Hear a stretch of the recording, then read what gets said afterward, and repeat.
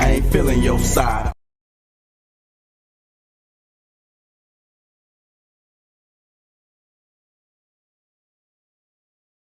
King Chaka ENT. Y'all can check out the music on Spotify, Apple, and other services. I want to hear your thoughts. Yeah, you know what I'm saying? KCE, King Chaka.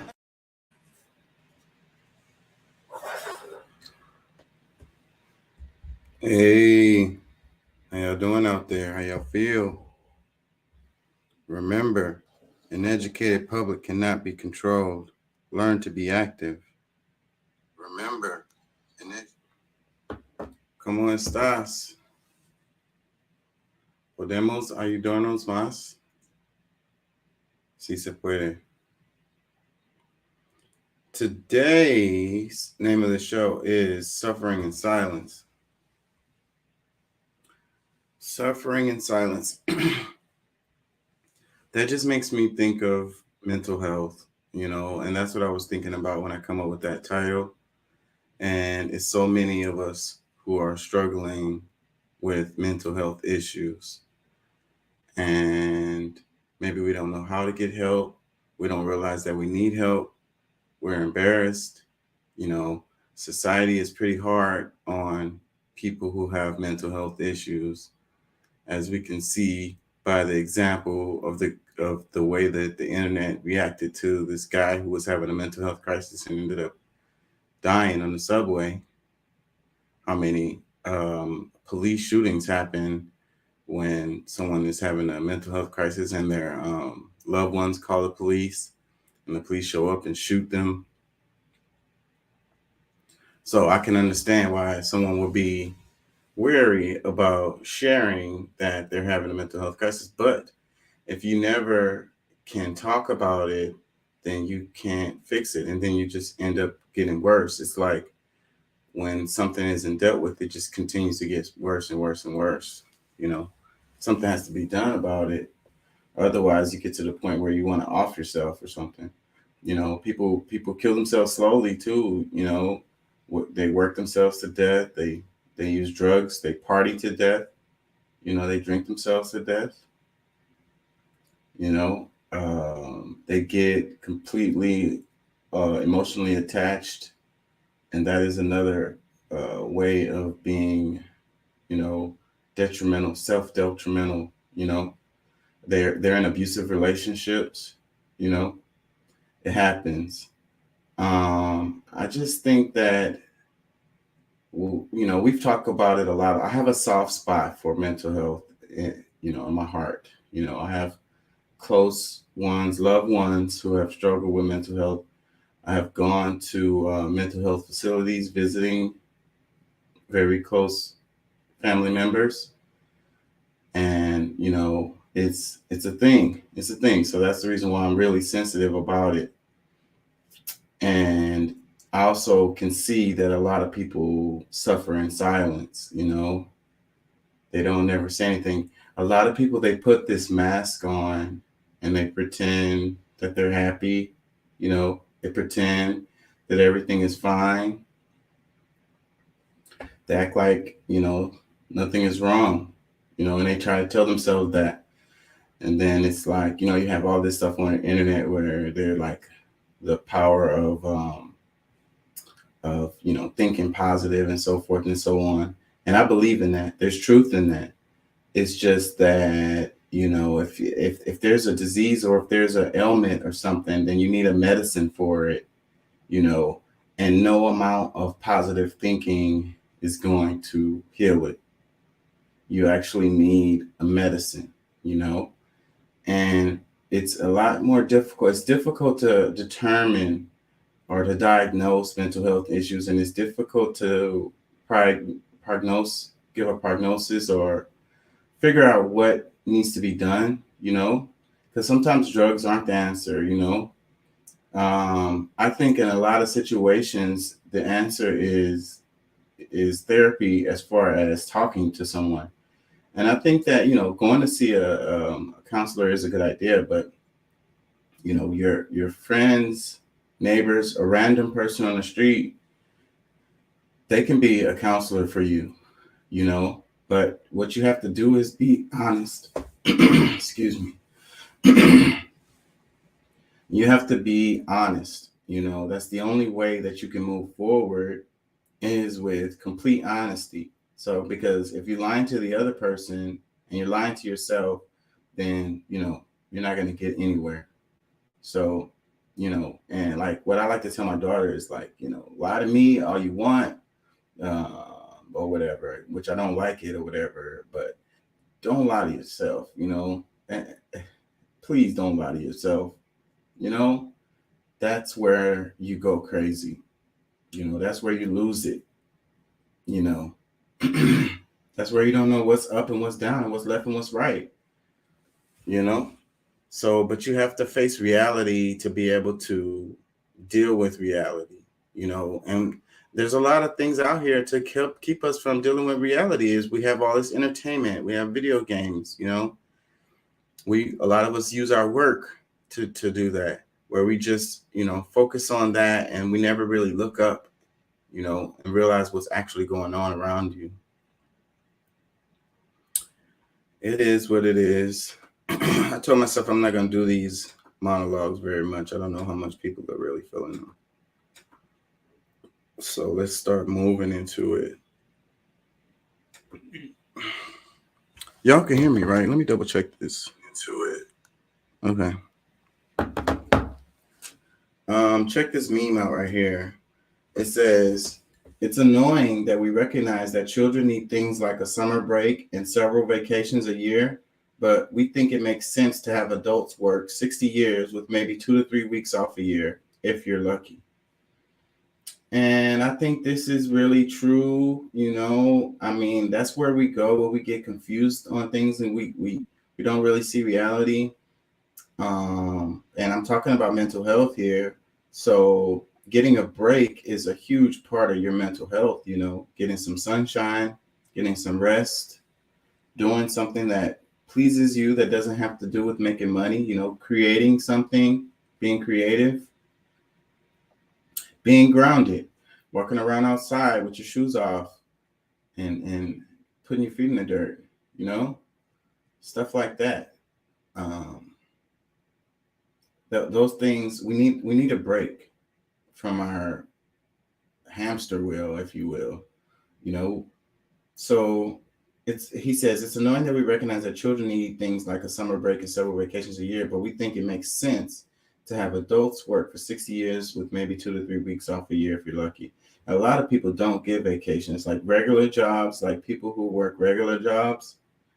They never get vacations because if they take time off, then they don't get paid. And a lot of people are living check to check. They still have to pay their bills, so they never really get to take a vacation because how can they can't really afford to, you know. The trip is going to cost, or whatever you're going to do on a vacation, which you could just stay at home. You could do a staycation. You don't have to spend money on your vacation, but a lot of us can't even do that because if we take a week off or 2 weeks off, then we're going to be hurting to pay our bills for that month, you know. So that's what it is, and that's how it's set up too, you know. We have this class system where certain people deserve to get a vacation and others don't, apparently. So, but yeah, we recognize that children need to take a break, but it seems like once we grow up, then it's like, oh, suck it up, you know. Get on your grind mode, grind mode, grind mode, and it's the whole internet is like that. Make more money, make more money, make more money. And that's what it is. It's like you're worshiping money. You work and work and work and make money, and then you die. It's like, what was the point?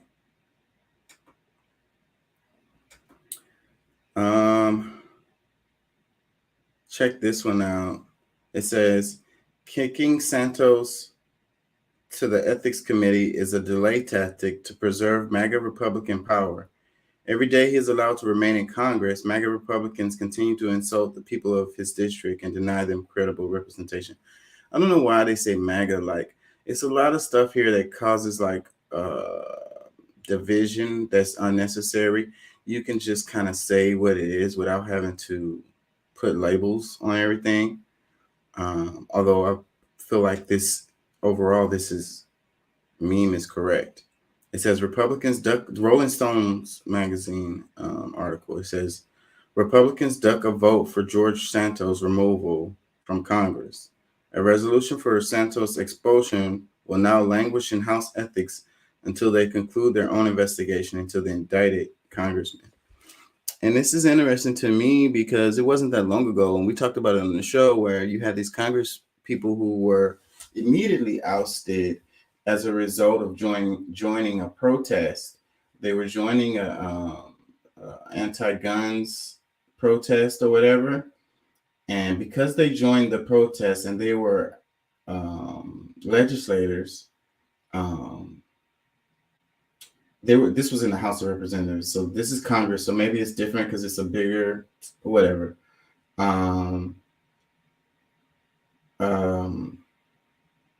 Anyways, I'm losing my train of thought. They House, Congress, whatever, it doesn't matter. You know, a legislator, a person who's in, you know, elected politics. So, and these people joined a protest against guns, and they were immediately ousted. Okay. And so, but that was all they did. They, you know, however you could feel about it, however you could feel about it, you agree or disagree, whatever. They were ousted. They ended up getting reinstated eventually, but they were ousted like immediately, like the next day. This guy has been found, well, he's not found guilty, but he is facing criminal charges related to, you know, falsifying his records and receiving, misusing campaign donations, receiving money, unemployment benefits when he was employed, all of this stuff. And he's a legislator. And so, but instead of ousting him right away, they're like, let's do our own investigation. But what this meme is saying, that it's just like a stall tactic so that they can continue to use him for votes for a while, because, you know, it's really tight. I think that the Republicans have like 2 or 3 vote majority over the Democrats. And so then Santos's vote is critical because you never know. 1 or 2 tends to flip sides, you know, from one vote to another. So to ensure that they can get whatever they want passed, his vote is pretty critical. So, and I think that they don't really care, you know, about ethics or even what's legal or whatever. They just, it's all about power, and, you know, his vote, it makes a difference. So they don't even care about him at all. I don't think at all. They don't care about him. They just want his vote. So they can stall it as long as they can to maybe the election time, and then hopefully they can get somebody else in there or whatever, you know, that'll be on their side. So Move On posted this on Instagram. They said the GOP had a chance to clean house today, but every single House Republican, so this is the House of Representatives, the GOP had a chance to clean house today, but every single House Republican chose not to expel George Santos from the chamber. Instead, they referred a resolution to expel him to the same ethics committee to which he's already been referred. And I want to say he's on the ethics committee. So he's going to get to vote himself whether he can be ousted. Like, come on, you guys. Is this what kind of system that we really want to have? Like, is this right and just? You know? And I'm sure they had a meeting before the vote and was like, hey, don't none of y'all better not vote to get this guy out of here. We need his vote. So And then who knows what's going to happen once it goes to the ethics committee. Like I say, this guy is on the committee. He's not going to vote for himself to be ousted. Come on. Let me see. Let's read some.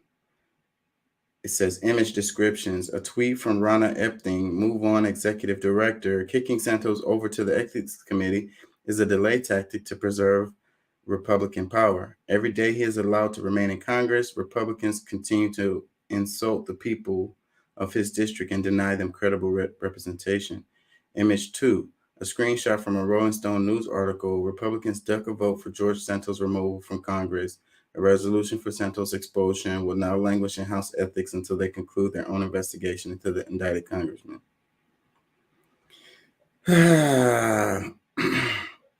Let's read a couple of comments underneath it. It says, first comment, it says, well, they're all still owned by President, just find me 780,000 more votes. Another one says, what makes this political is the fact that if George Santos was a Democrat, the Republicans would had him thrown out of Congress a long time ago. And I agree with that. And I think that the Democrats would have done the same thing. And it's weird how like one side doesn't necessarily behave the same when it comes to this kind of stuff, because the Democrats would have been embarrassed and they would have quickly did something about it, because they're supposed to be like, it's an image that like, anyways, good cop, bad cop. So they're the good cop. So they can't like have bad people on their team, quote unquote. Let me read another comment. It says, when they show you who they are, believe them. Shame on the Republican Party. No longer have morals. Power is more important than integrity, apparently. Another comment. It says, every ethical Republican is turning over in their grave. I don't know about that. Another comment. It says, now put Santos in the Democratic Party and Republicans will be screaming to kick him out. The hypocrisy is so obvious and downright creepy. Yep. Santos. This guy is funny. He's becoming a meme. He's going to be a meme. I want to say he's the first like outwardly gay Republican. And it's just weird to me because like he even makes Pete Buttigieg look good. That's not easy to do. Oh shit! Can y'all still hear me? I'm having weird little sounds. Not easy to do. Can y'all still hear me? Oh shit! Can y'all still? Okay. So check this story out. It says Pentagon no longer sure it killed Al Qaeda leader. Latifi Hassan Misso's family insisted the shepherd and former bricklayer had no ties to the group. So here goes another story about the United States. You know, we do these drone strikes all the time, and it's like supposedly to avoid like outright war. And it's really weird because we feel like we have the justification to kill like leaders of other countries or like people we consider bad guys, and we put them on a kill list, and then we send drones over there and we try to hit them. But a lot of times we hit innocent people, you know. And even besides that, like I say, what gives us the right to go over there and kill these people in their own countries like that? You know, like it's like our law extends over the whole world. Like, I don't really see how that works. I mean, and I think that a lot of United States citizens, like, because of the way the media portrays this stuff, they don't really get it. But if another country did the exact same thing to someone over here, and even if it was somebody that we didn't like, you know, we would have a huge problem with it. You know, we would have a big problem with it.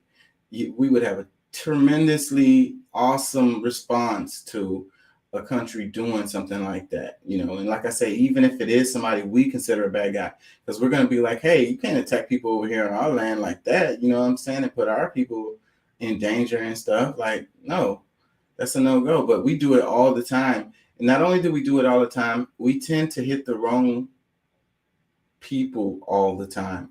And innocent bystanders, people near them, their family members, they get hit too. And in this situation, it wasn't even the right person. So let's read this. Democracy Now! Posted this. They said the U.S. military has dropped its claim that a man killed by a U.S. drone strike in northwest Syria on May 3rd was a senior al-Qaeda leader.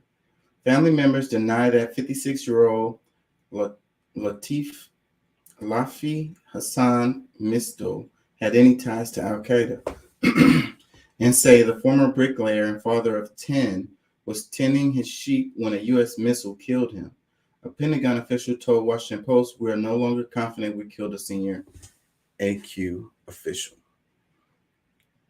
So at least they're admitting they fucked up. I mean, and I'm sure most people are just going to be like, meh, but this is horrible, man. It's a completely innocent person killed for no reason by us. We're all responsible for this because this is our government. You wonder why so many people dislike us, right? And then it's like, why do they hate us so much? It's like, well, stuff like this. It's like, I didn't really do it, but hey, it was our government. And these are, we are supposed to be in like a representative government, right? So we supposed to be electing our officials. So they're supposed to be representing us. So the stuff that they do represents us, the regular folks, the real people like me and you. And so that's the reason why people in other countries are like, you guys suck.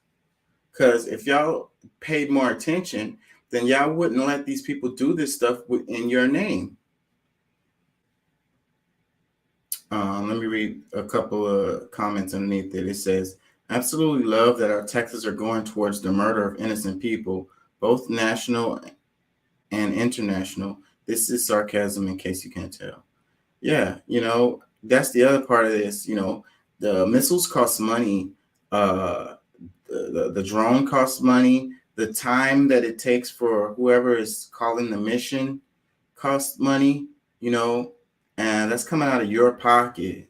And then, the military industrial complex, the budget to the military is the one that we don't question, right? They can use the money however they want. And then a lot of times, like, they lose money. I'm going to cover later where they were talking about for Ukraine. They're coming out with that more, that, some money is going missing. They overestimated the cost of certain things that they were sending over there. And so where'd the gap go? The amount that was the difference between the amount that it actually costs and the amount that we paid for it. It's missing, and when 9/11 happened way back when, the day before 9/11, they discovered $1 trillion missing. And then it happened again more recently, another $1 trillion. This is black money. This is dark money. It's like lost. What do they do with it? Where does it go? And so then right now we're talking about the debt ceiling and cutting social programs and talking about spending, and we don't have the money for freaking Medicare and WIC and food stamps and stuff. But we're told nobody bats an eye when we give $1 trillion to the military industrial complex and then they lose it. It's not only that we're giving them $1 trillion, but it gets lost, unaccounted for. Like, if you're talking about fiscal responsibility, if you're talking about conservatism, then you should be very concerned with, that type of thing. But those are the things that you don't bat an eye and you don't pay no attention to. Instead, you're looking at the damn pennies on the other side. Not saying that Medicare is pennies, but it's way the amount that they spend on Medicare versus the amount they spend on the military industrial complex is not in the same league at all. And then the money that's spent for Medicare is like old people, who's sick, who put money into the system their whole life and just need some help with their damn medical bills, like versus spending money on using missiles to blow up innocent people. Call me crazy. Let me read another comment. It says, imagine if someone else drone strike a U.S. citizen on U.S. soil because they mistakenly thought they were the enemy. It would be national news and everyone freaking out. But when the U.S. murders innocent people in foreign countries, it's just business as usual. That's like the same thing I just said. Y'all would lose y'all shit if another country did this. But when we do it, it's totally okay. Like, that's so hypocritical. Let me read another comment. It says, we need to stop the global meddling of this for-profit military industrial complex. Another comment that says, "Girl, I thought this was the Onion headline." Yeah, the Onion makes jokes. Like, I follow the Onion on Instagram, and they do these headlines. They look official, but it's always a joke. It's freaking hilarious. But I think a lot of people miss it, and they don't get it. Like, they think it's real. It's just like other news. Because we have so much independent media now, people can just write a headline and they just post it, and they don't have any freaking evidence or anything to support it or whatever.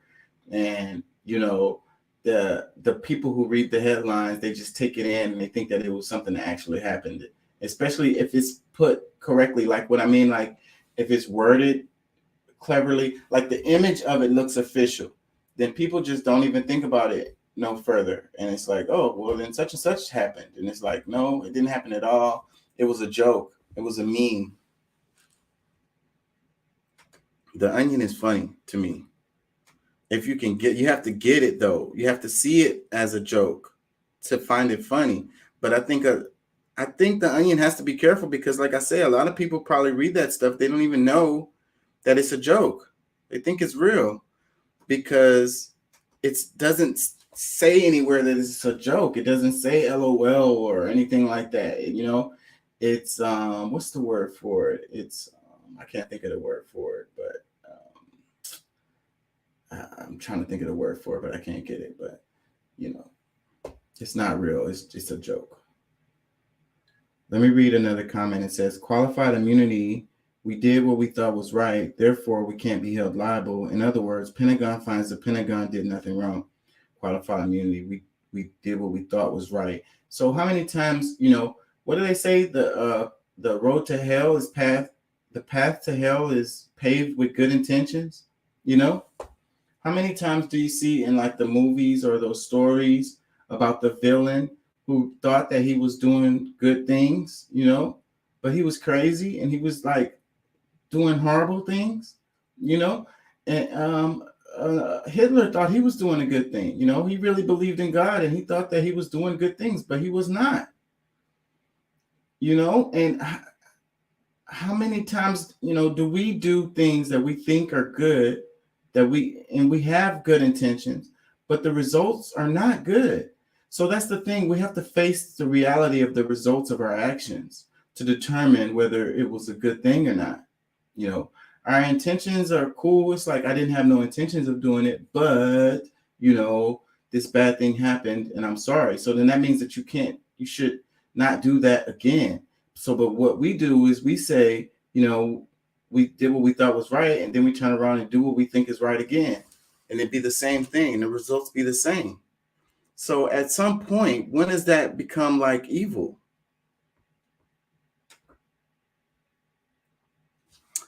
Can y'all hear me? Am I losing y'all? Can y'all hear me? When I don't have anybody in here, it's really difficult for me to be able to tell if I'm coming through.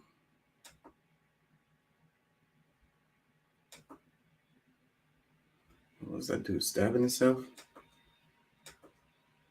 I didn't even listen to this earlier. Let's see. Was waiting because her real daddy is the one that's gonna walk her down the aisle. So let me tell you guys about my stepdaughter, all right? She wants her real daddy to walk her down the aisle. Now let me give you a little backstory on me and my stepdaughter. She just graduated from university, which I paid for. Now, she went to an in-state university, but it still cost me about $40,000. Now, I also bought her a car. I bought her a car straight after high school. That way she could go back and forth to school. I bought her a car. She still lives with me and her mother. She does not have a job. Now, she's set to be married on August the 8th. And for the past 6 months, that's all her mother been talking about doing, being occupied with, being consumed most of their time. Now, her daddy, he don't contribute to not 1 cent on her, not her education, not child support, which is partly her mother's fault because, she didn't fight for that. And I guess that's just what the settlement was. And he only around to make promises. I do that for you. I do this for you, and then take off. And then she'd be heartbroken, but she adores her father, right? So, like I said, she's set to be married in August. And the wedding venue, I told them they could have it in my home. The wedding venue can hold about 250 people, right? Now I said, hey, I got a list of 20 people that I want to come to the wedding. I'm paying for this at my house. I want these 20 people to come. Do y'all know Saturday, I see one of my friends at the golf course, right? He's supposed to come to the wedding. I'm like, hey, I'm gonna see you at the wedding, right? He said, I only got an announcement. I didn't get an invite. I'm like, nah. I'll let my girlfriend and stepdaughter know to send out the invitations on these few people. And you're supposed to get an invite. He said, I got something, but it was an announcement. So we walked to his car because I want to check, right? And sure enough, it was an announcement. So I went and talked to my girlfriend and said, did you invite those 20 people to the wedding that I told you about? Man, she didn't invite none of them. She said 250 people is a little tight, and I don't think we can get your 20 people in there. Man, I was pissed. And the people that were supposed to come, they pissed as well. Then she's gonna say if any other people that we already invited don't RSVP, then we'll get some of your people in here. I'm like, what? Man, that's crazy, man. Don't even worry about it, man. I'll just be mad. All right. So now, the crazy part about it is when I check the invitations, they don't even have my name on them. They have her real daddy and her on the invitation that I paid for. I paid for these invitations. How you got a real daddy on there, her mama on there? Cool. Couple days later, I'm hosting the venue at my house, hosting the wedding family at my house, okay? It's me, stepdaughter, girlfriend, groom, and their parents, right? Trying to help everybody get real acquainted.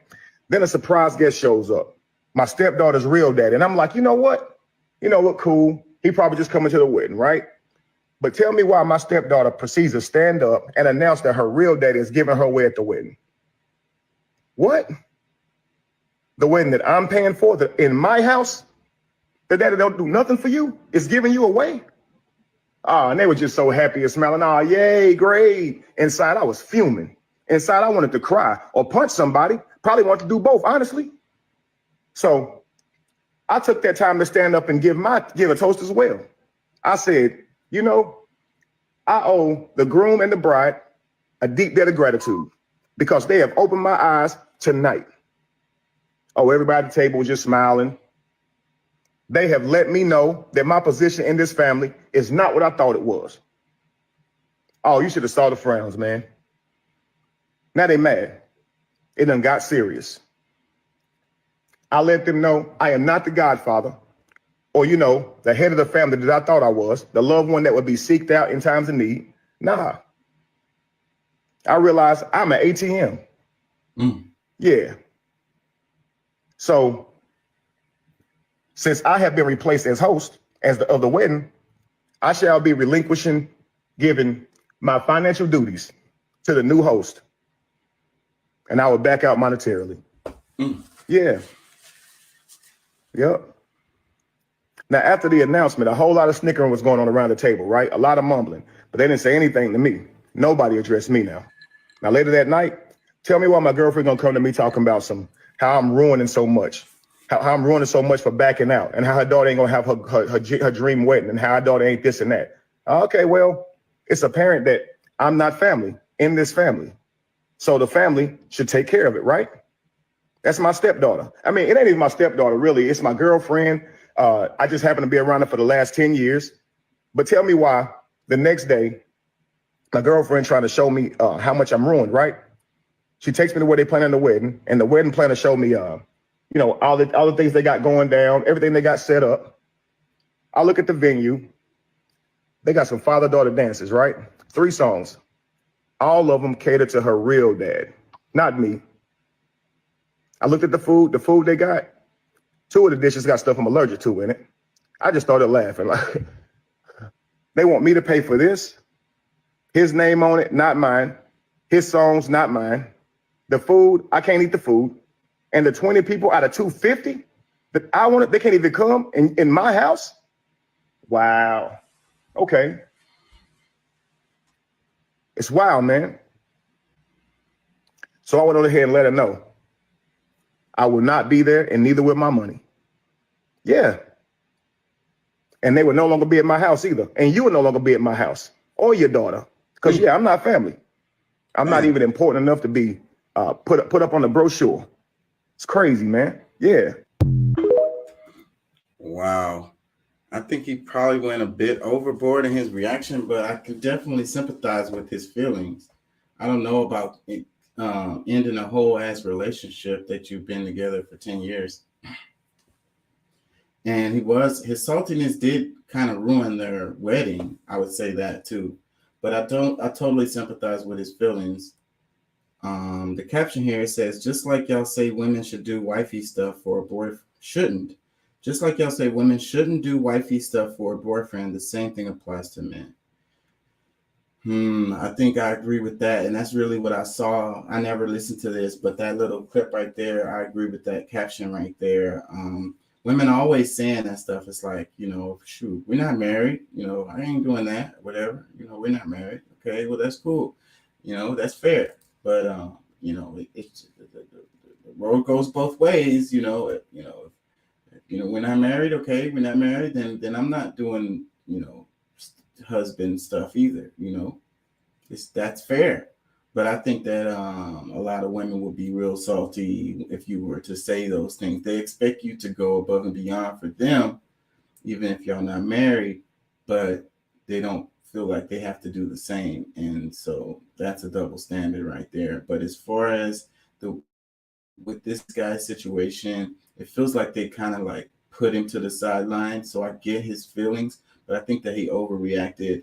I don't think that it would be worth it. If the daughter wants her real dad to give her away, then, hey, I would have to respect that, even if I pay for everything or whatever, As far as the guests that I want on the guest list, that shit needs to happen. If I'm paying for this shit, that shit needs to happen. And also the food, we need to make some adjustments to the food. If I'm paying for this shit, y'all can't be having food that I can't eat. Like hey, I think that's a fair compromise, Okay, you can give your dad away, but hey, get my 20 people I want to be there, and let's change up this food, and we cool. Everything is good, But so I think that with him letting them just, even have the food that was bothering him, not letting his people get on and all of that, he just kind of let it build up to the point where he's like, you know what, fuck the whole relationship. I'm done. So, I mean, I would blame him for letting himself get to that point, emotional state, because as a man, you should take control of the situation, especially if you're paying for it. Like, you know what I mean? Like, a lot of times as men, we like to let them organize it. We just pay for it. I've done that in my life many a times. So, but sometimes maybe you need to have a little more hands-on and get involved in it and be like, hey, let's look at this menu, I'll make some phone calls, or I got a chef, or I got some catering company or whatever that I want to use, or da da da da. Go ahead and get involved and actually do some of the work. That's got to be respected. If they can't respect that, then that's a problem. Let's read a couple comments. I'm gonna move on. It says Willie D posted this, and he's being messy as usual. He says, good morning. This better be a skit because ain't no way he lived that long to be that dumb. Don't really know what he means by that, but okay. Let me read another comment. It says, look, I don't understand. You did all that for that lady and you deserve the world for that. At the end of the day, if you feel some kind of way because she doesn't want you to walk her down the aisle, you did it to get something back. And now that you're making this video, you seem petty. I think it's wrong for her to want her own father to do all of that. But at the end of the day, you have to do things for love, out of pettiness. But I feel you, I really do. I agree with this comment. You shouldn't expect anything back. You did what you did because you wanted to, and that's it. So whatever the results are from it, you give it to the universe. But on the other hand, you think about who you have in a relationship with, what kind of person they are. If they don't value your feelings, then that's a problem.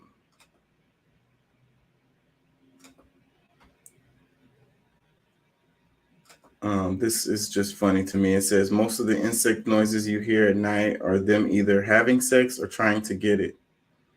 That's pretty funny when you think about it, because it's true. Anyways, what is this one? Oh, I don't want to go down. Do I want to go down this road? It says in 1987, Princess Diana on live TV show shook hands of an AIDS patient without wearing gloves, challenging the belief that AIDS could be passed via contact. The act was seen as a huge moment for those suffering with the disease. Because I grew up in the 80s, and I remember the AIDS epidemic, the HIV epidemic, and the way that people were behaving towards people who had it. It's way different now. Back then, it was so different how people acted towards people. They said it was a gay person's disease. They didn't want to touch people who had it. You know, a lot of times people were embarrassed to say that they had it because people were going to treat them differently. It was a whole thing. They were killing people who had it. It was a real horrible ass time. So being Princess Diana, being the person that she was, and having the power in the media that she did, doing something like this is a really cool thing. She did quite a few cool things. I think that's the reason why she got outed. I mean, she died under mysterious circumstances, but a lot of people say that she was killed. And it's related to racism, because she wasn't. A lot of people say that she was pregnant with a black baby at the time too. So then you had the royal line of succession.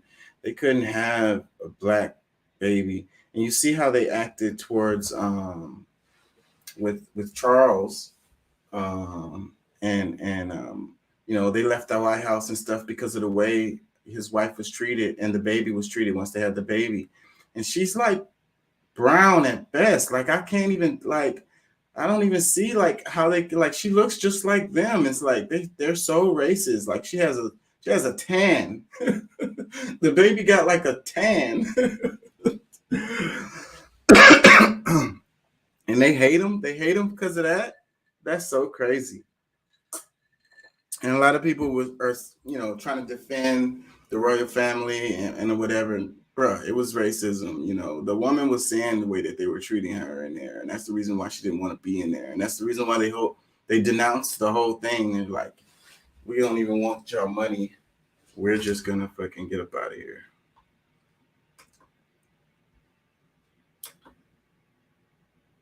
Can y'all hear me? Can y'all? Okay. Example, he has a law of motion and law of gravity. If there's a high gravity source, Newton's laws fail. If you're moving really fast, faster than a running horse, whatever Newton might have experienced in his life, his equations begin to break down. Do you throw away all of Newton? No, it works in all the other cases. So what's going on? Einstein comes up with laws of motion, his special theory of relativity. Einstein comes up with a new law of gravity, his general theory of relativity. Do they replace Newton? No. They draw a bigger circle. Newton's laws apply here. Einstein's laws take over for the rest of the universe. And if you put in low speeds and low gravity in Einstein's equations, they become Newton's equations. Sorry. Take Newton's laws, for example. He has a law of... Interesting stuff. Astrophysicist Neil deGrasse Tyson talks about Newton's laws and Einstein's laws. And, a lot of people, they like to say, it's a theory or whatever. And I always say, okay, you can call it a theory, but if you walk off the roof, you're going to go splat. So there's something to this stuff. And then with the math always works out, something to it. And just because they come along and they expand on a previous idea doesn't discredit the previous idea. Where's everybody? Where y'all at?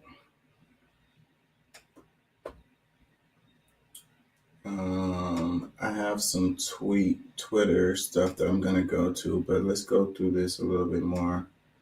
South Carolina GOP Senator Tim Scott files to run for president in 2024. So you got the black guy who's going to run for president on the Republican side. And so he's going to do an announcement. If it hasn't happened yet, he's doing it soon. It says, CNN Politics posted this. It says, Republican Senator Tim Scott of South Carolina has filed to run for president in 2024, according to the Federal Elections Commission's website. The filing comes ahead of a formal announcement that is expected to take place Monday in South Carolina. Scott, the only black Republican in the Senate, launched a presidential exploratory committee in April, emphasizing his evangelical faith, his race, and his experience growing up as a son of a single mother. He defined his personal ethos as one of individual responsibility and said his approach to politics was guided by the belief that the U.S. is the land of opportunity and not the land of oppression. Okay. Read between the lines on that one. I don't think he has a chance, but we'll be watching the primaries. We'll see what happens. They're going to be interesting on both sides. I'm going to be watching the primaries because really what happens is like what happens in the general election is a result of the primaries, and a lot of people don't even pay attention to the primaries, but the outcome is a lot of times is established in the primaries and not the general. Believe it or not. Let's read a couple comments. It says, doesn't even know what side he's playing for. I'll pass. Another comment says, I'm not voting for him. He's done nothing to support the black communities. And will he? Let me read some more. And do you expect him to? It says, I don't understand how a black man can be a Republican. Well, I don't have a problem with that. I don't at all. I mean, I don't understand why all black people got to be Democrats. So that comment is kind of dumb. Let's read another one. It says, really, then why is he a Republican, the party of controlling women, families, schools, libraries, censorship, homo, xeno, and transphobia? What are they commenting about?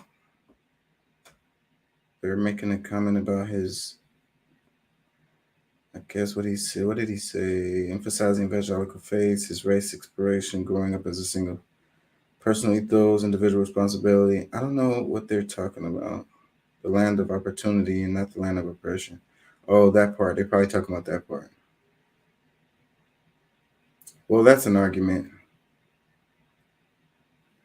Let's read another couple comments. It says, the Republican Party is going to implode. Will be beautiful to watch. I don't know what Tim Scott would have to do with that. Another comment says, not sure what the Republicans have ever done for the black population that they would support them, but maybe I'm missing something. There goes another comment where like black people supposed to be Democrats and white people supposed to be Republicans. If you think that way, then you're missing a lot. And you don't understand. You don't really get it.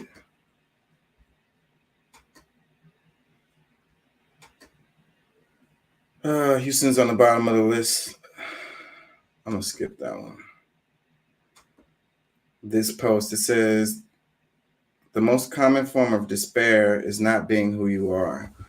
And this one caught my eye because I was following the theme related to mental health. And I think that here's another symptom, or this is another cause that leads to bad mental health. It says the most common form of despair is not being who you are. So you are in a state of despair. You in a state of suffering and silence when you're not being who you are. And like what I was saying earlier about wearing a mask, and people are afraid of letting others know who they are, let them see who they are. They have pride, they have this ego, they have this idea that they think that they're better than others, and they're very judgmental. It's always the same people who are very judgmental, who don't want people to see who they are because they're worried about someone judging them. So whatever standards they consider to be, good or make you better or whatever, better than others, then that's the stuff that they hide about themselves to others so that others can see them as higher than they are actually or whatever. But it's really kind of crazy because those parameters are decided by an individual, because I don't have the same. It's like when someone says, I'm proud of you. It's like, why do I care what you're proud of me for? Like, what does that do for me? And my views of integrity, of character, of truth,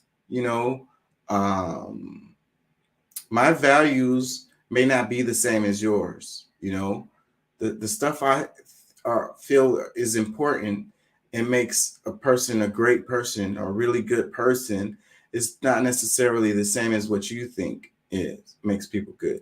You know, the dominant view in society is a lot of it is related to money, it's related to class, it's related to your job, you know, and like truth, integrity, and character fall away by the wayside. But for me, character, truth, integrity, that stuff is at the top. You know, I don't care how much you're making or what job you have, you know, or where you are in the class structure. If you don't have any integrity, if you're not truthful, then hey, you aren't very high on the list in my eyes. You know, if you are, you have these hypocritical double standards, you know, if you're very judgmental of others, you know, all that stuff pushes you down the list.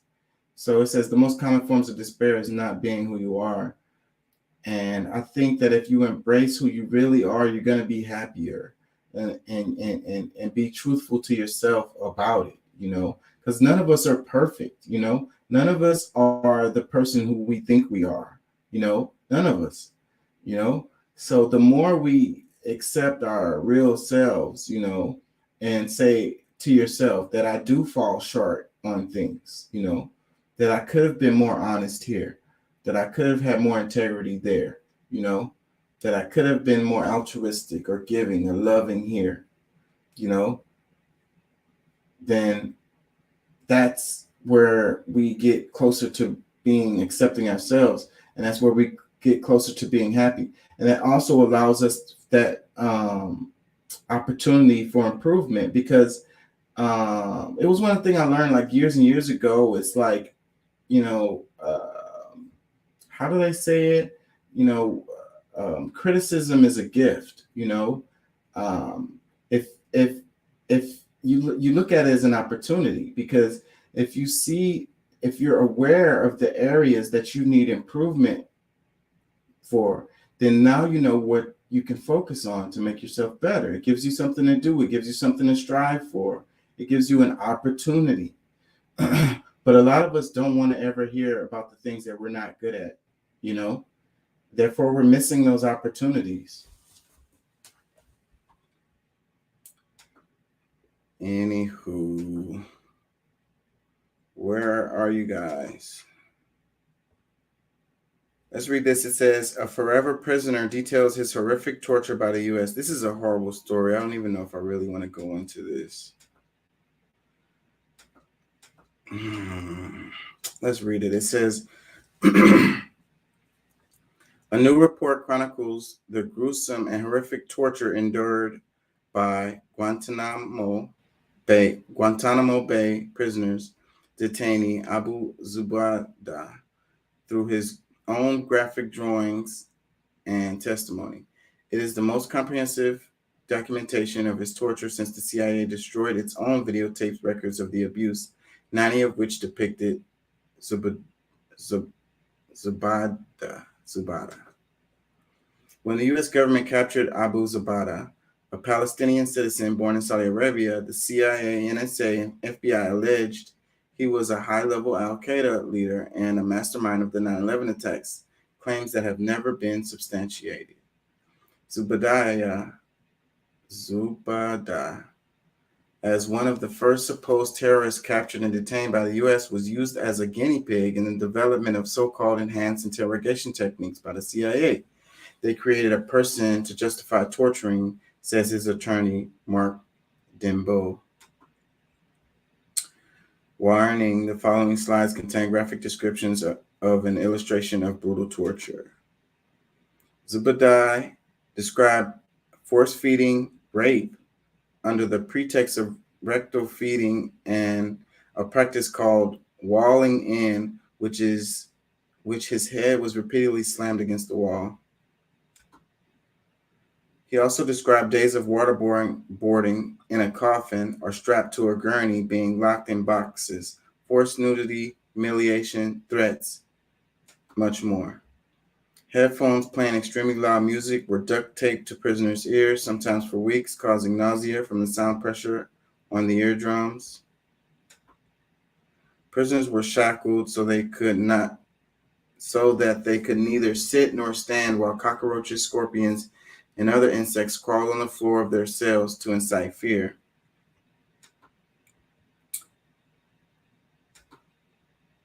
It has no sound. Hold on, let's read it then. Hold on, let's go back. It says, beliefs on human rights upon every other country in the world. If we are going to have anti-torture laws in our country, if we're going to be not just signatories to drafters of the United Nations Convention Against Torture, then by God, we have to live by those words, right? We have to take that seriously. We're either going to be shining beacon for the rest of the world on human rights and civil liberties, or we're not. We can't be both. We can't tell other countries to respect human rights and then ignore human rights when it's inconvenient for us to respect them. If the United States as a government, as a society, as a culture is going to go around the world and impose our professed beliefs on human rights upon every other country in the world. Okay, it started over. It says in the 21 years that he has been held in U.S. custody, Abu Zubaydah has never been charged with a crime. He is one of 30 men still locked up at Guantanamo today. That's why people say close Guantanamo Bay, you know? It's like locking somebody up and not even charging them with the crime after 30 years. Like, that's like the most horrible thing to do to someone. It's so terrible. Nobody cares. They just, say, meh, he shouldn't have been a terrorist. And it's like, wait, he wasn't. He isn't. He's not. He did nothing wrong. All he did was be Arabic. And he's been tortured for 30 years. Like, let's read this. Democracy Now! Posted this. They said a new report titled American Torturers, FBI and CIA Abuses at Dark Sites in Guantanamo compiles a series of 40 drawings by Guantanamo Bay prisoner Abu Zubaydah that chronicle the horrific torture he endured since 2002 in CIA dark sites and at Guantanamo Bay, where he has been detained without charge since 2006. And it says, check out the link in the bio to see our full interview with one of Zubaydah's attorneys, Mark Danbu, as well as a CIA whistleblower, John Kiriakou, who exposed the Bush-era torture program and was the only official jailed in connection to it. Let's read a comment. It says, it sickens me people who implemented this harm and torture on another human are thanked for their service and go about their lives as if they did something honorable. I will never understand how people can lose their own humanity so much that implementing harm like this is just a job. They probably get medals for it too. They get medals, they get lots of money, they get statues. They get discounts when they go to places. Let me read some more. It says, I'm so grateful these things are out for us to know, but it's hard for me to hit the like button as my heart is broken and I'm feeling overwhelmed with helplessness. A lot of posts that I see, I'm happy that it's there, but I can't click like, and this will be an example of it too. Like what am I liking if I click like on a story like this, And I think a lot of people look at things in different ways and they're twisted and they're like, they click like and they're approving it. I don't want to be misconstrued as approving some stuff like this. Let me read a couple more comments. It says, and the person who did this are living among us today. Go USA. Another one, it says, we are not the good guys. We are the new Romans. Every time Rome invaded another world, it claimed that it was doing it for defensive reasons. Sound like Vietnam, Iraq, Afghanistan? It does. To me, it does. Let me read some more. It says the Nazis were judged for the tortures they inflicted. Guantanamo Nazis should be judged too. Ooh. Dun, dun, dun. I don't think it'll ever happen, though. Another comment, it says, the West bears collective responsibility for normalizing these Nazi-level atrocities as a justifiable price of rules-based social order, hypocrisy of the highest order. It's kind of like earlier with the missile. It's like our intentions were good, but you did a horrible thing and you was wrong. So you fucked up. Let me read some more. It says, and this is the United States. This is what we do. This has been happening for decades and happened under the Bush administration and the Obama administration. And it's disgusting and horrific. We, the people, need to demand more on every front in this country. I just watched the Mauritanian. It deals with the same issues. Guantanamo Bay is unconstitutional, to say the least. The Mauritanian. I'm not saying that right. Where are you guys? Are you guys sleeping? If y'all listening, call the guys. Get them up. Let's get some people in here.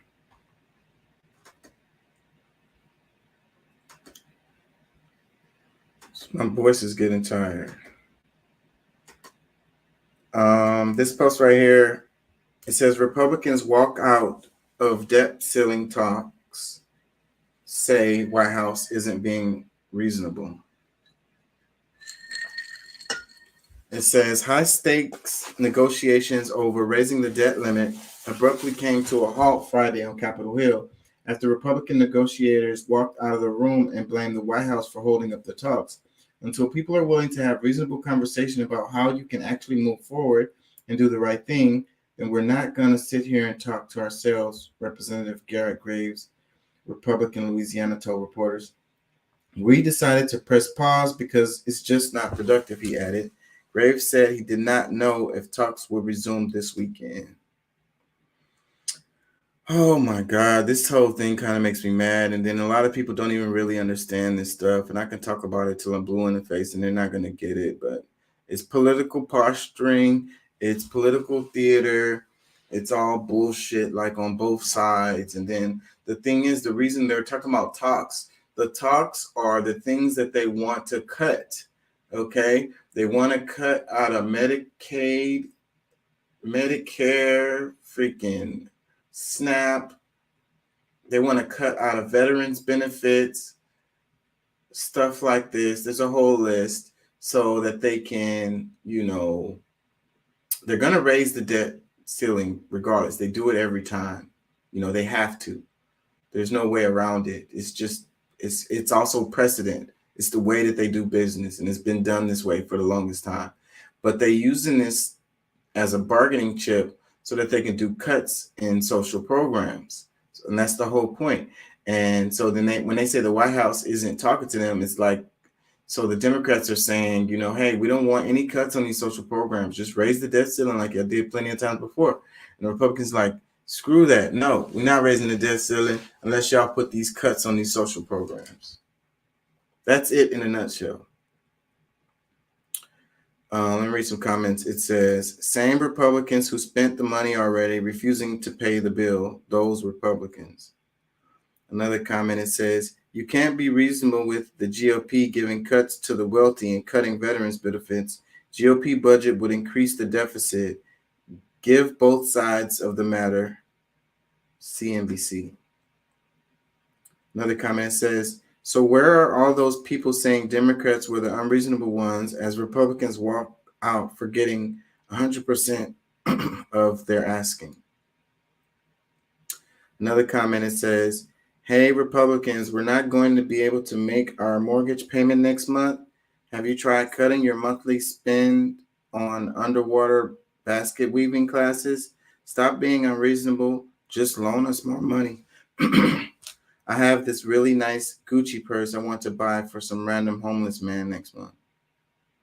Another comment says, Republicans say Dems aren't being reasonable, but clearly Republicans aren't interested in reason. They have voted unanimously on 3 occasions during Trump's tenure to raise the debt ceiling without any pushback. And that is true. Let me read some more. It says, if they can't get it together, they all need to be fired and replaced with capable people. I mean, you could say that. Is it going to happen? I saw something, one state or somewhere I was reading, and they were talking about how they were saying, how does it go? They can't run for office again if they're not present. That's what it is. They were trying to pass a resolution that says the members can't run for re-election if they're not present more than like 80% of the votes, something like that. And so what happens, one of the political tools is they vote not present or they vote present. What is it? There's a way to not vote yay or nay on a bill. And that's how they get it to go one way or another. Anyways, that part is kind of complicated.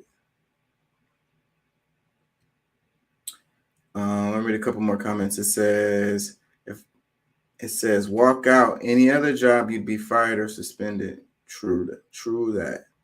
Another comment, it says, bruh, we are tired of this market volatility. Ink the deal, light up a cigar, twirl a whiskey, and enjoy the damn weekend. Sheesh. Another comment says, reasonable is allowing the government to pay its bills and waiting until budget talks to address future spending. And it was another thing that a resolution that they introduced saying that Congress wouldn't get paid if the debt ceiling wasn't done. And that's really interesting to me because, I have a cousin that worked for the VA. And last time they didn't raise the debt ceiling and they pushed it off, and it went for like a couple of months. And this guy works for the VA, so he didn't get paid for those months. And when you work for the VA, you get paid once a month. So it really hurt him bad. He was asking me for money. Because even once it's time to come, they eventually gave him all his money, for the past 3 months or whatever, once they finally got it back going. But it was like 3 months, and then he had to wait like even more time because, like I say, it's every month that they get paid. So that's crazy. So like if the politicians go without getting paid because they didn't, so they getting their money, apparently, because that was a resolution that I was reading. They said that they're trying to introduce a resolution that says the politicians won't get paid if the debt ceiling is not done. So then that would just make sense. I mean, like all the other government employees don't get paid if they don't raise the debt ceiling. So why the hell would the politicians, those same ones who's voting on this shit, get paid while all the other government agencies don't get paid? And they're the ones who are making the decision to be like, oh, we're going to hold it up. And, we got to do what we got to do. So it's affecting the global economy. It's affecting the stock market. It's affecting interest rates. It's directly affecting all of these people who work for the government, who's not getting paid, who still have to pay their bills. Craziness. Crazy hypocrisy. They should not get paid at all. If they're going to be like, I think that they would think about it a lot differently if their checks didn't come too. Like, I mean, a lot of you will be like, well, they're rich. It doesn't matter. Trust me. Them people need to get their checks too. They got bills to pay too. Not all of them are shady and just rich as hell. I wanted somebody to be in here when I covered this one. Let me check. Can y'all hear me? Check. Somebody to be in here when I covered. Okay,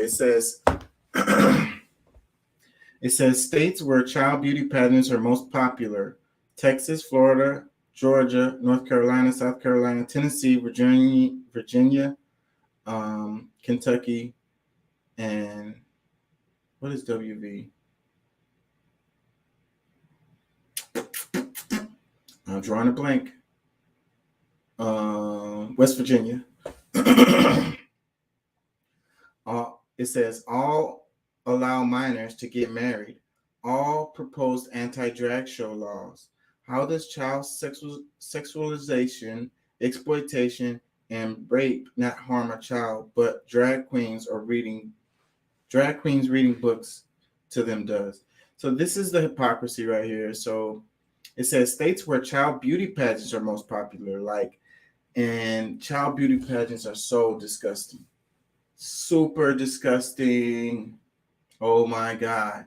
So these are the same states it says allow minors to get married, and it's the same states that propose anti-drag show laws. And this person says, how does child sexualization exploitation not harm a child, but drag queens reading books to them does? And this just shows how mentally twisted this whole thing is. What's acceptable and what's not, what's exploiting children and what's not. Because I don't know how you can say that these child beauty pageants don't exploit these children and don't sexualize these children, because it does. So don't lie to yourself about it, And so it's just crazy. I mean, maybe I don't agree with maybe drag shows reading to kids. I mean, why? I don't get that. Why is that a thing? But at the same time, it's is that really? I mean, both of these things can be considered damaging to children, is what I really want to say. And so, it's not about the children, It's not about them, because it's kind of like the same thing with the abortion argument. It's like they really they're pro-life all the way up until the child is born, because once the child is born, then they don't want the child to have lunch. They don't want them to have WIC. They don't want them to have food stamps. It's like once they're born, then they starve and die.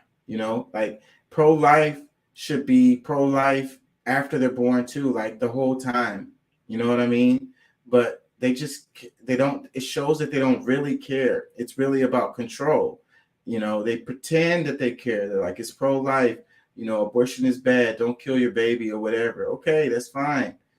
But what about after the baby is born? You don't care about the kid no more once the baby is born? You only care about them when they're in the womb.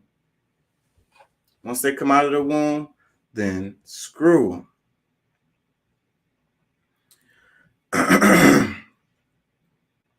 Let me read a couple comments. It says, West Virginia just lowered its marriage age laws. Children under the age of 14 are now allowed to get married with a judge's permission. And you don't think that's exploitation, You don't think that that's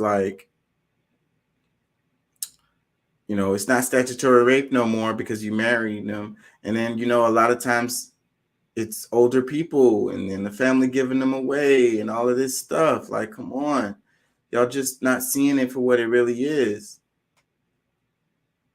Let me read another comment. It says, the drag queens take the attention off the old guys. They want control.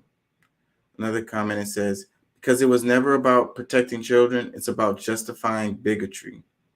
Another comment, it says, conservative culture sexualized girls as children, marry them off, and force them to have babies.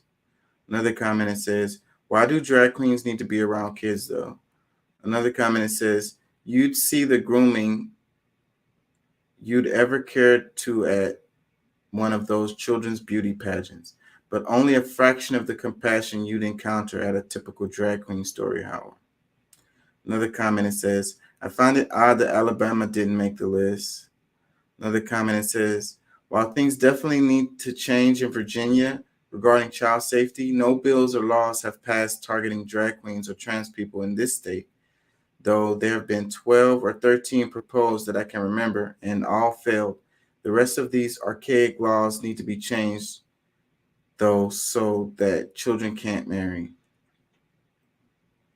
Another comment, says, those books contain child pornography. That's how. Oh, my God. Another comment, says, the states probably have a long list of bad priests. Another comment, says, because it's heterosexual, they're okay with adult men preying on girls. Another comment, says, the version of grooming is okay because the right does it as well. Another comment says, you know that I think I think that people raging against drag queens are really afraid that men dressing as women will empower women because men are supposed to be the strong, dominant sex, right? Well, that happens when a community from the strong, dominant crowd start idolizing people from the crowd that's supposed to be weak and submissive. Oh no, women can be strong as a man. Fellas, ladies, let me tell you, women are stronger. Yeah, I think women are stronger in a lot of ways. You know, the thing is, men can't do what women can do, and women can't do what men can do. Like we have to face that. They're not equal.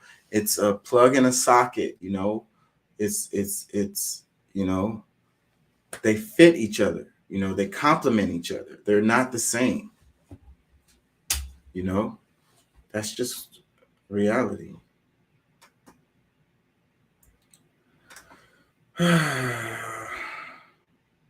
This is funny to me. It says Bud Light revenue drops as boycott continues, but Houston's numbers are still going strong. So I've seen where the Bud Light is struggling here in Houston because I've seen some examples, but they're saying the Houston numbers are still strong. So I guess a lot of Houstonians don't give a damn. They're like, shit, I don't care. Like, yeah, they want to put a transgender dude as a spokesperson or put him in that commercial or whatever the hell.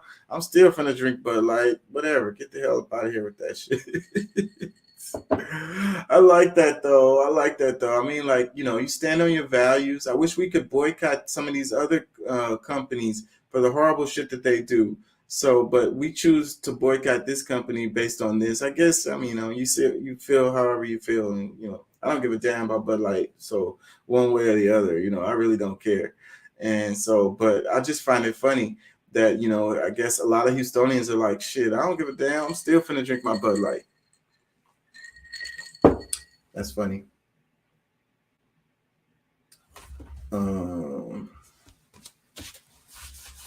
I really need to address my voice. Is there a video in here? Oh, video. We're expecting a huge surge of migrants to cross, but that was not the case. Border agents encountered about 6,300 migrants last Friday and then 4,200 on Saturday. So this is partly because the U.S. now has adopted a new system. It's requiring migrants to seek U.S. asylum before coming to the border. And now that Title VIII is back in place, which is actually a lot stricter too. People are now going to get processed and deported. And basically we'll have that on the record and we'll bar them from coming in. And if they do, then they face a lot more challenges. And now another reason we are not seeing that huge spike at the moment is because local leaders believe that drug cartels have jumped in to make money here. Dr. Sergio Lida, the president of LULAC, told me that cartels have added portales, meaning gatekeepers for human smuggling. These portales are charging anywhere from $11,000 to $12,000 a person. And listen to what else they're doing. They're separating the families. For example, some of the children and mothers can go, but the father stays here with us. And until you pay us, if not, serious consequences will happen. U.S. immigration officials were expecting a huge surge of migrants to cross, but that was not the case. Border agents encountered about 6,300 migrants last Friday and then 4,200 on Saturday. So this is partly because the U.S. now has adopted a new system. It's requiring migrants to seek U.S. asylum before coming to the border. And now that Title VIII is back in place, which is actually a lot stricter too. People are now going to get processed and deported.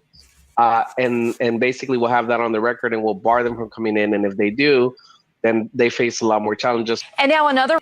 So these are our facts. No migrant surge at the border since Title 42 expired. And there are several reasons why. So, but I'm seeing a lot of reports on the internet where people are still saying, you know, I mean, it's still people that's coming across, or there's still, you know, attempts at asylum and so forth and so on. But, you know, they were making a big deal and saying that, you know, it was going to be a huge amount of people, like a larger amount going to come through after Title 42. Really, it was a surge before, right at the end before Title 42 expired. They did get a surge then, but afterwards, no.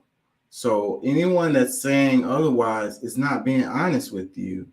And, you know, they just want you to be pissed off and angry or whatever. Like I be saying all the time, this is a political thing to get people in their feelings.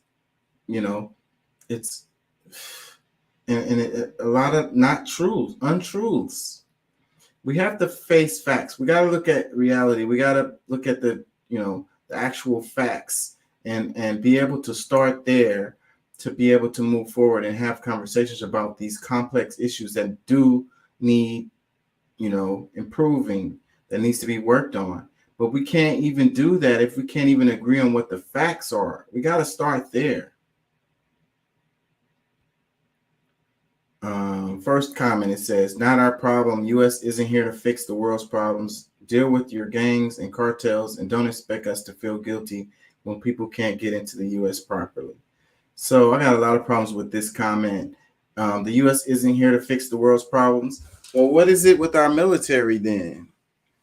What is it with the spread democracy? What is it with us being like the moral leaders of the world? You know, the law enforcement, the world's law enforcement. So when we go to Iraq and kill Saddam Hussein to save the people over there, you know, does that go with your thing? So this is what I'm saying, the double standard, the hypocrisy that people have. You know, if the US isn't here to fix the world's problems, okay, cool. Then why the hell are we in Ukraine?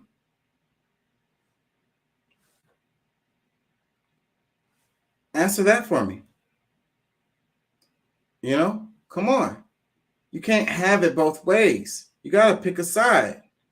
You know, you got to be consistent, or otherwise nobody's going to believe that you even care about anything, that you're just being bigotry, that your motivations are either racism or just economic, or, you know, what do you stand on? What is your integrity? You know, what is the truth?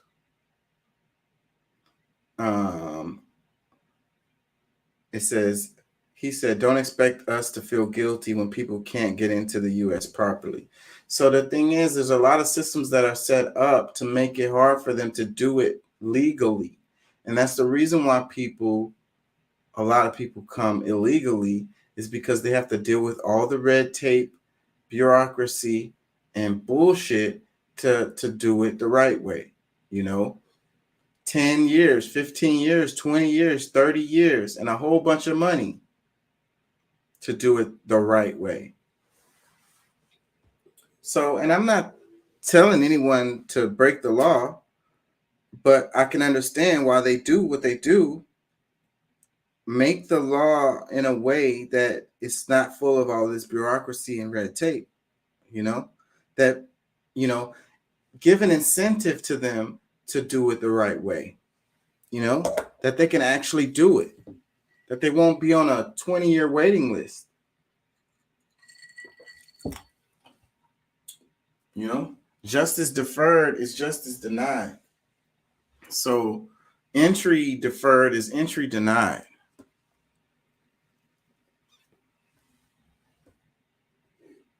They don't even process them.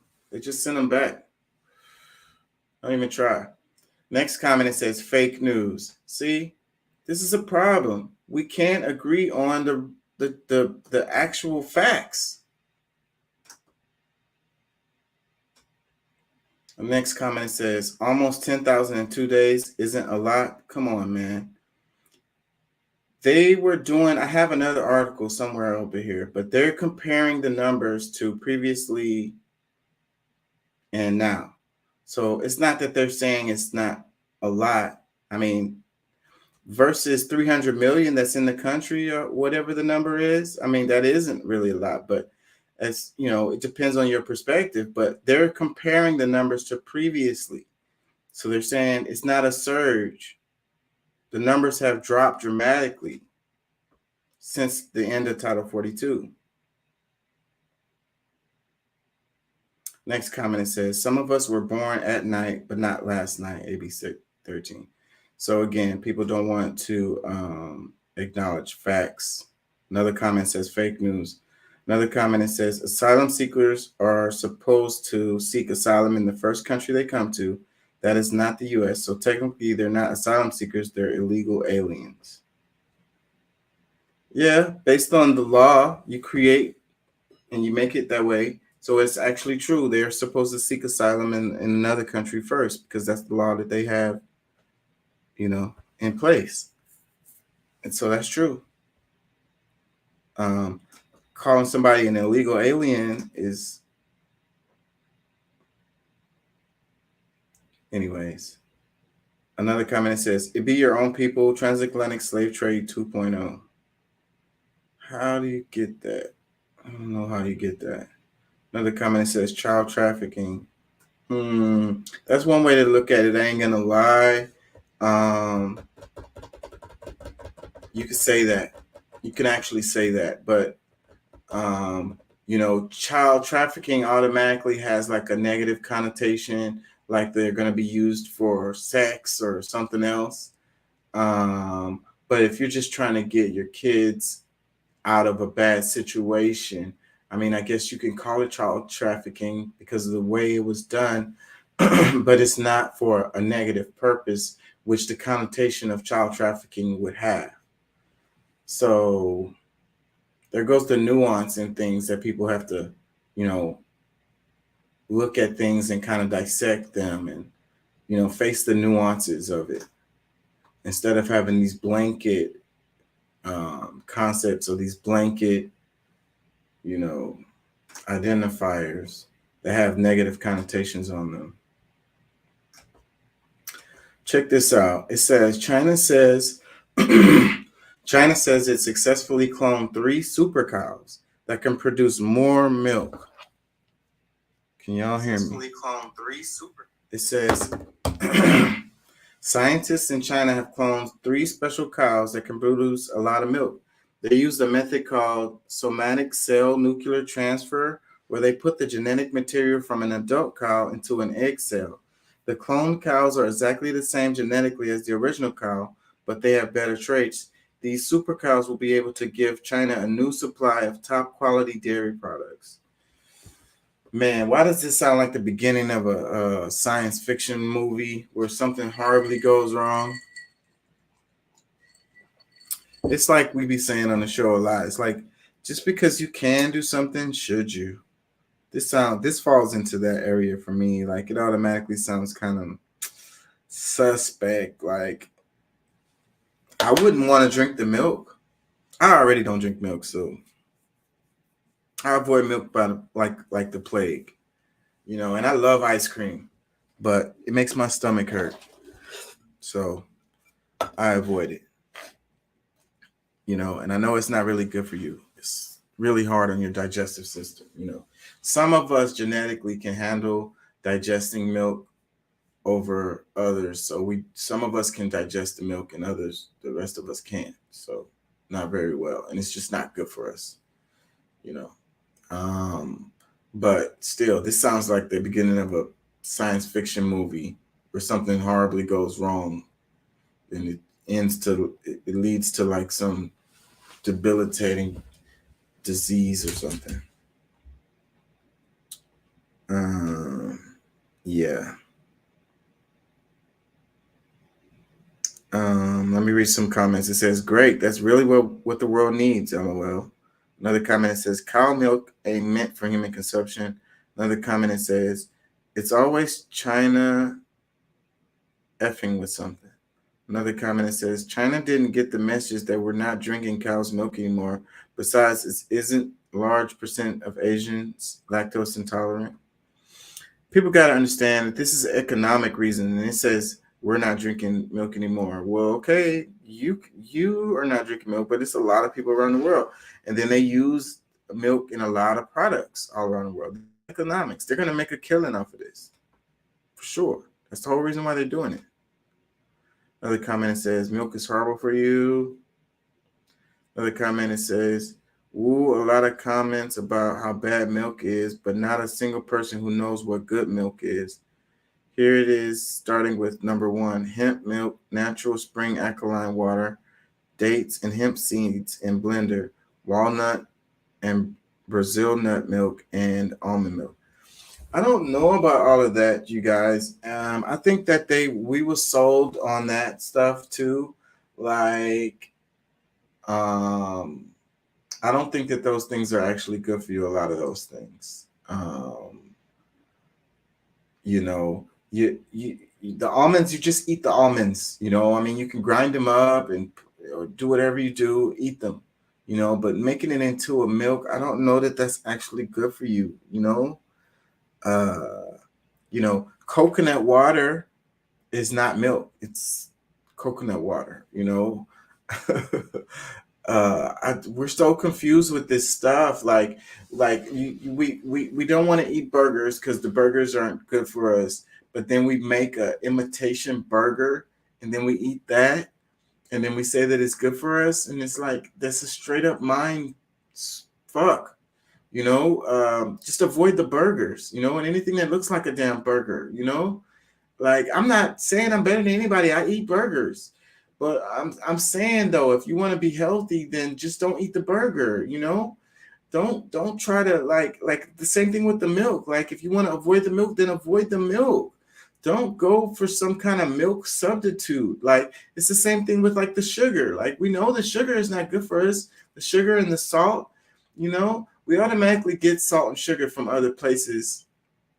We don't need to add salt and sugar to stuff, And the thing with the sugar, people try to avoid the sugar, so then they get these imitation sugars, which are not good for you, probably worse for you. It's like the person who drinks the Diet Coke or the Coke Zero or whatever. Like, I work at a restaurant, and the person who orders a Coke, usually they'll drink 1 or 2, The person that drinks a Diet Coke is going to drink like 7, The person that drinks the Coke Zero is going to drink like 8, 9 of them, Like, I think that you probably do better off drinking the 1 Coke versus drinking the 7 freaking Diet Cokes.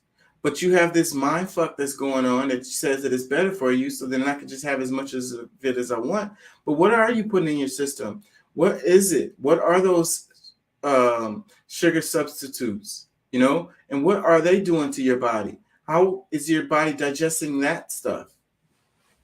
Don't lie to yourself. If you want the Coke, just drink the Coke and limit the amount that you're having. Same thing with the sugar. You want to have the sugar, just have the sugar. Just don't eat a lot of it.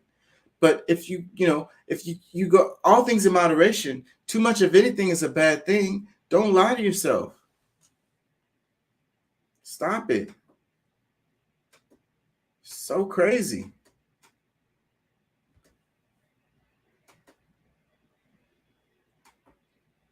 Anywho, the shooting, another shooting, and well, they're calling this one a mass shooting, but it was only a couple of people. Some people died though. This one is terrible. This is a terrible story, and it's like I'll be saying a lot of times I think that these people they just want to die, and they don't want to kill themselves. So they want somebody else to do it for them, and they do stuff like this. And that's ultimately what happened with this guy. So I think that in these situations, we shouldn't give them what they want as far as killing them, because we're giving them what they want. So then they know that they can do this and it'll be successful. So they go out and they kill random people and they wait for the cops to come and kill them, So if you don't kill them and give them what they want, then maybe they won't go out there and kill random people so that somebody can come kill them. Does that make any sense? Does that make sense to y'all? Y'all understand what I'm saying? Let me read this so you can maybe get it. It says, the recent mass shooting in New Mexico carried out by 18-year-old Bo Wilson has been thrown into new light after footage has emerged of Wilson begging the police to shoot and kill him. The disturbing incident was captured on a Farmington resident's Ring camera, capturing the sound of Wilson's rapid gunfire and his desperate calls for punishment. The entire shooting spree lasted a mere 10 minutes, during which Wilson targeted random victims, fatally striking 3 elderly women and injuring 6 others, including 2 police officers. Moments later, the city officers responded near a church at Four Corners, where Wilson had shouted, "Come kill me." The police chief stated that Wilson had the opportunity to escape, but had chosen to engage in a suicide by cop scenario. Wilson's wish was ultimately granted as Sergeant Rachel Diskenza fatally shot him.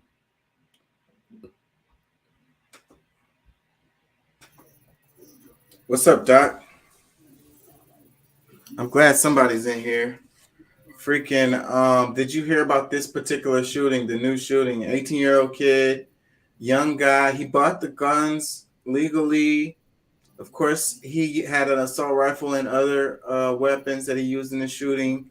He killed 3 old ladies, injured others, shot at the cops. He wanted the cops to kill them, and ultimately they did.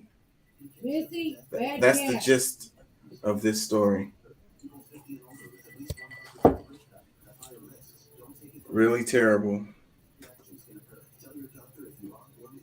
Let me read a couple comments. It says, so what's the news in this all thing? Because I don't see anything but a normal day in America. What did I miss?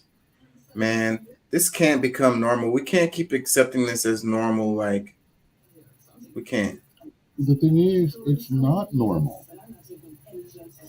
Yes, it's I don't think so happening. either. Yes, it's shoved in our face a lot, but it's really not normal. Yeah, I don't think so. It is increasing. It is definitely a problem. It is definitely something we need to address. But for us to start sitting here and saying and accepting it as normal, no.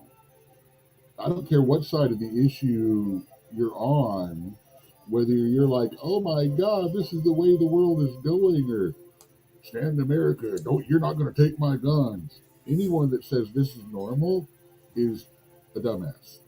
Yeah, I don't think it's normal. And it should never be It's normalized. never normal. It's never normal for someone to take another person's life, especially with no reason. And that's what I was going to say. Yeah, that's what I was going to say. Randomly. It's like if you have a personal vendetta to somebody and they harmed you or something, not to say that I condone it, but it makes more sense. Yeah, not saying it's justified or anything like that, but I understand the Tennessee shooter more than I do the Uvalde one. Yeah, anytime you're killing random people is terrible. There was a link there. There's a reason she went back to that place. The Uvalde kid literally is all, well, I think I sent that text. I think I'm just going to go bang bang up a fish, some fish in a barrel. Yeah, it's such a pussy move too. Like shooting, like go shoot at somebody who got a gun that can shoot back at you. Heck yeah, man. Turn it into a GTA at a cop station or something. Not saying people need to go and start shooting up cop stations either. Yeah, but you're going to go shoot some little kids who don't have no weapons and don't have no protection and can't do nothing? Like, that's such a pussy. Don't destroy our future. That's what I'm seeing about it. That's the common theme, that no matter what kind of bullshit they're going back and forth, they're trying to say, stop, don't destroy our future. Yeah, man. And I think what I see a lot in our society is that people they feel like they accomplish something when they do something like I don't know, like a person that's way stronger, like a stronger person beating up a little weak person, and then they act like they did something. Like, it's like you didn't really do anything. Like you're gonna feel like you accomplished something. Like there was no real competition there. Like, you know what I mean? Like I'm not finding the right words for this, but it's in our society where people do this and they feel like they did something. Like, I don't know where that comes from. Like, Dude, agree with my ethics or not, I come from a day when we fought with honor a little bit. We didn't bring out the pew-pews. The guy that brought the knife or the baseball bat, they were the bad guys. They were the ones that their own buddies go, hey man, that's a little bit too far, man. This is just supposed to be some fist throwing down. You know, these days people don't care. There's no respect like that. It's not a challenge. It's I must boom boom you. I must delete you. Right. It's like their ego, they're protecting their ego. They don't want to get embarrassed, you know. It's like getting beat up is embarrassing. We have social media, so it's gonna be possibly be a video, and your friends are gonna laugh at you and so forth and so on. So you're just gonna shoot the other person instead of, you know, taking that ass whooping, you know. And that's what happens, you know. It's like what happened back in the days, because it's a really cool line in the Friday movies. I don't remember which one it was. Actually, Mike Tyson said it really good recently. Something about social media just proves how many people have gotten used to not getting the shit smacked out of them when they deserve it. Yeah, they can say whatever they want to say behind the freaking protection of their damn computer screen, and they use these fake names and stuff. Nobody knows who they are. You know, so they completely escape any kind of retribution for their actions. Hey, They're free. I've got 2 accounts that I talk shit on that nobody knows they're me. Yeah. So what is it left? What is it left? What is it right? But I can't get into all the sites I can using my regular name. Yeah, so it was a line from the Friday movie where the guy was like, we used our fist, and he was like, but we lived to fight another day, you know.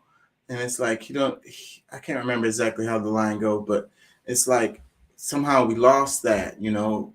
Is the, you know, how many times it happens where you get into a fight with somebody and then y'all end up being really close friends afterwards, you know, y'all just had a moment, you know, and this happens. You have a moment with somebody, and you know, later on you might end up being really good friends with that person, but that's not going to happen if you have a fight with somebody and then you pull out a weapon and you shoot and kill the other person, you know.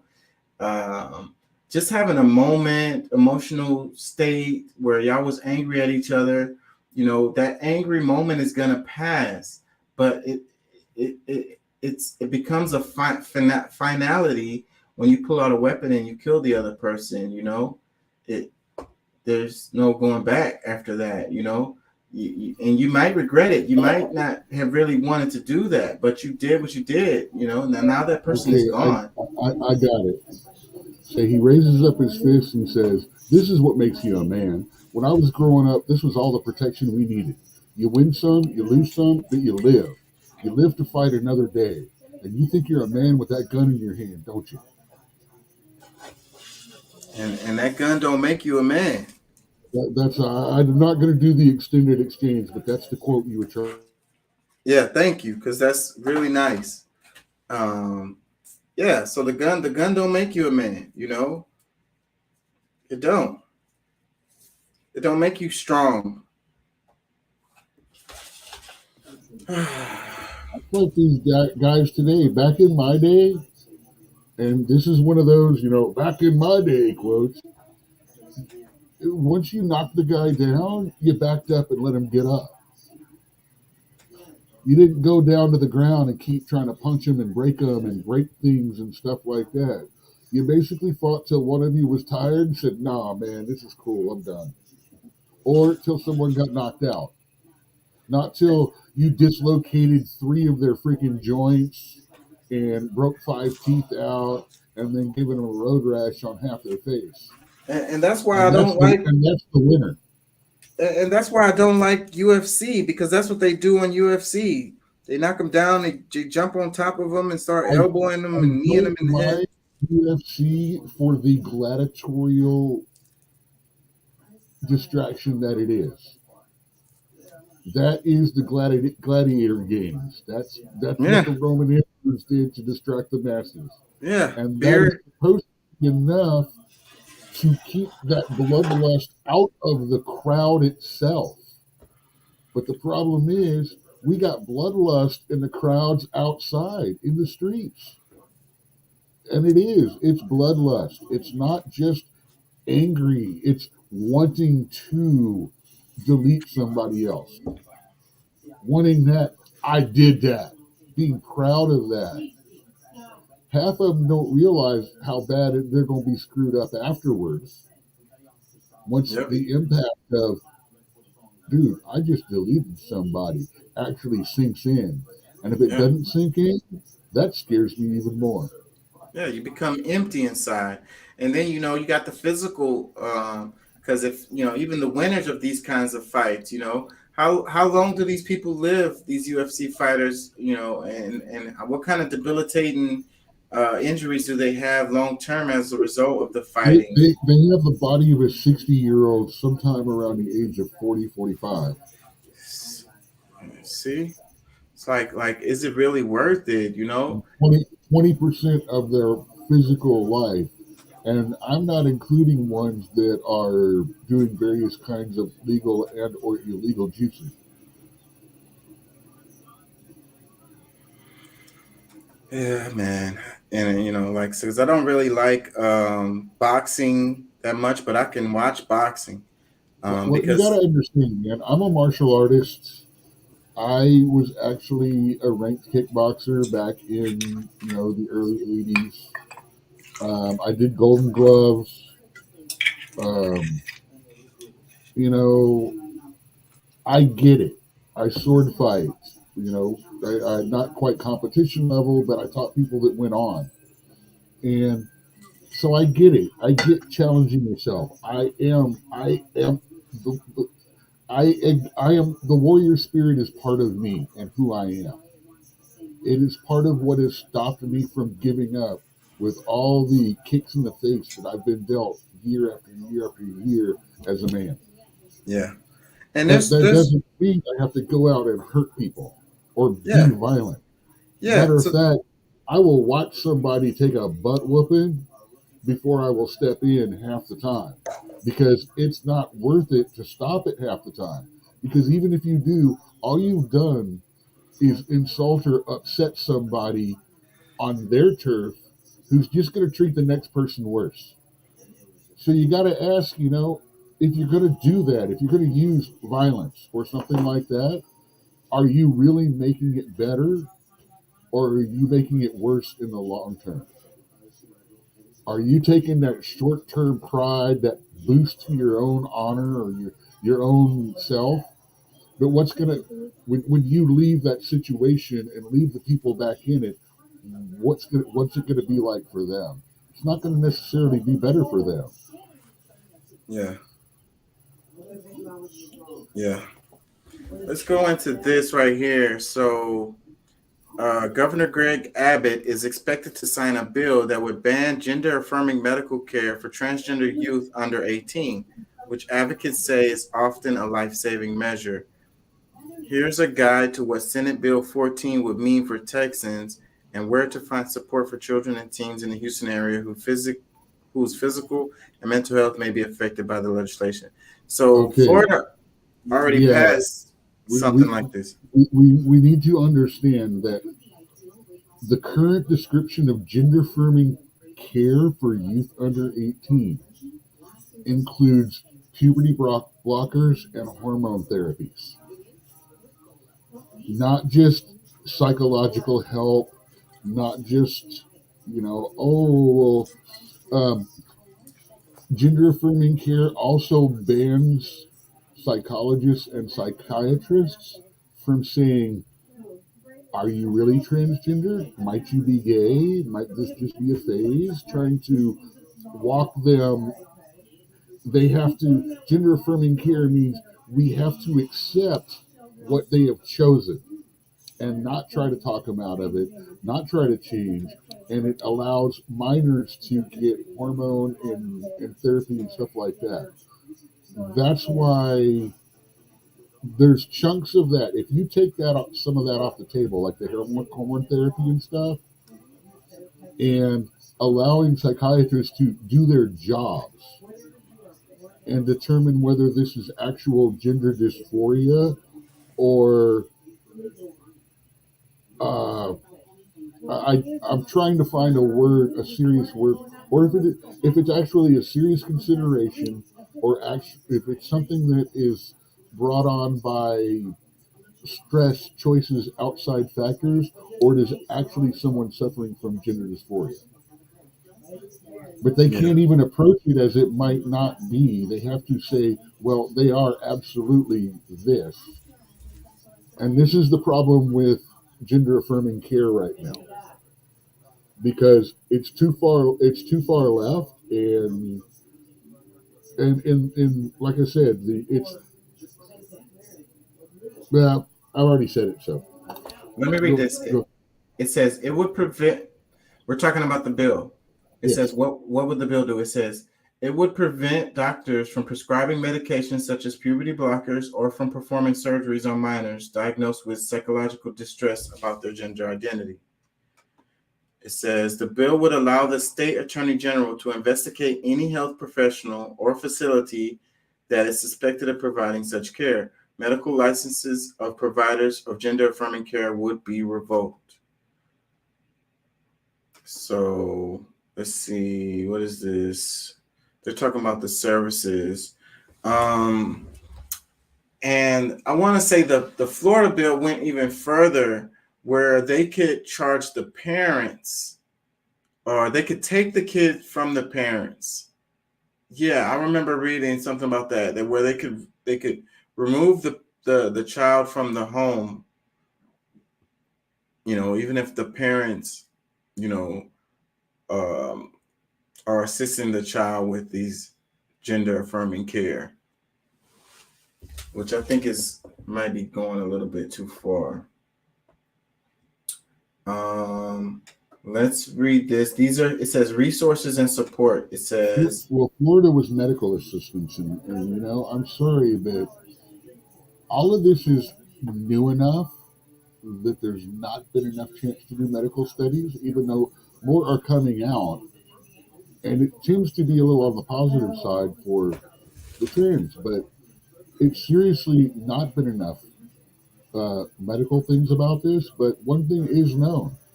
When they start kids on these puberty blockers and this hormone therapy, quite often they're sterilized. They cannot have children when they get older. So if they choose not to do that, or they choose to transition the other way, it's over. They'll never have kids.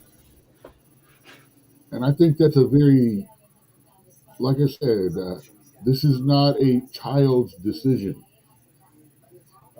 They need to let the body develop naturally the way the body needs to develop. What they feel they are or anything like that, that starts getting into some really gray, weird area. But see, at the same time, I kind of support adults that want to transition and things like that. I mean, look at Blair White. I mean, would you ever see her on the street and go, well, that's kind of like a dude? And then, and a couple, and there's a lot of others too. But at the same time, we're now starting to hit it's been long enough that they're starting to do the detransitioning. Yeah. And I don't have a problem with people, deciding to do this, but I agree that it should be as an adult. That's just how I feel about it. And it's like, I sent the video, the Philosophy Tube video in the group chat, and that's a transgender.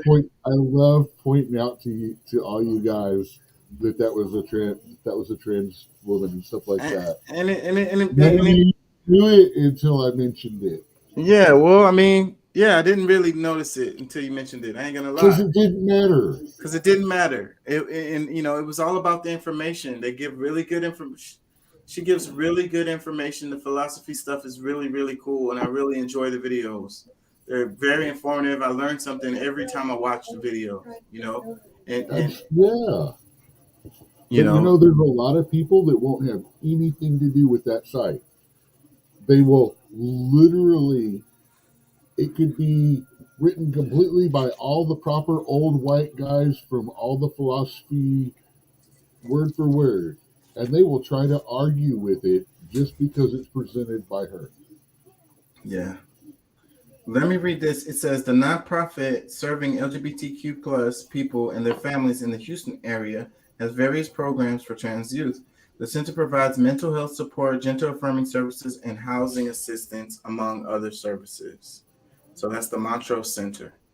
It says Tony's Place is a drop-in center for Houston LGBTQ plus young people up to 25 who are experiencing homelessness or have unstable housing. Covenant House. Covenant House provides shelter for kids and teens who are unhoused and welcomes LGBTQ plus youth. The nonprofit also provides continuing care such as substance abuse counseling, educational and job training, and permanent living programs. The Trevor Project offers 24/7 crisis support to LGBTQ plus young people. It is the world's largest suicide prevention program for the youth in the community, with the toll-free support at 866-488-7386. The Trans Lifetime offers peer support at 877-565-8860. So these are resources for people in Texas, even though, so that's why they're putting this. This Houston Chronicle posted this. And the last one, it says texastranskids.org. The site can help youth navigate issues such as access to school facilities, bullying and harassment, dress codes, and connect with gender and sexuality alliances. Let me read a couple comments. The first one, it says, shouldn't the government be more concerned with mass murders? That's a fair thing to say. I would completely agree. They're more concerned about this than they are about people getting killed. And it's kind of what Go ahead. I was just going to say, like, I noticed, like, in the media a lot, it's like, you know, they say, protect our kids. They talk about the trans person, the drag queens reading to the kids or whatever. And it's like, we got to protect our children, you know, sexualizing children, Yeah, but what about the shootings of children? Like, they're dead. Like, which one is more of a critical thing that should be focused on? You know, it seems like you're talking about a few hundred as opposed to a few 100,000. Yeah, but those few 100,000 is still alive. So again, no, I'm not even going to get into this because it's always the same soapbox with you, and it goes right back to taking away things and saying that because you have this point of view and you believe it, that you are willing to go to all of these people's houses, put a gun to their head, and say, this is the way it's going to be now because I think this. That's extreme. I don't necessarily feel that that's way. Exactly what it is. That's exactly what the gun control issue is. I'm just saying the focus to put to the other one's head to make control. Well, the argument right now is, where should the focus be? On protecting the child's life versus protecting them being sexually exploited? You know, they both need to be. I would like to point out that these gun-free areas that are getting shot up were made literally as a reaction to Columbine, which was one of the first big ones, and has done nothing but exasperate the situation. So Band-Aids don't work. Bannings don't work. Overreaction doesn't work. The war on guns is not going to work. 50 years of the war on drugs. We can't keep it off our streets. We can't keep it out of our schools. We can't keep it out of our prisons. Do you really think that the war on guns is going to do any better?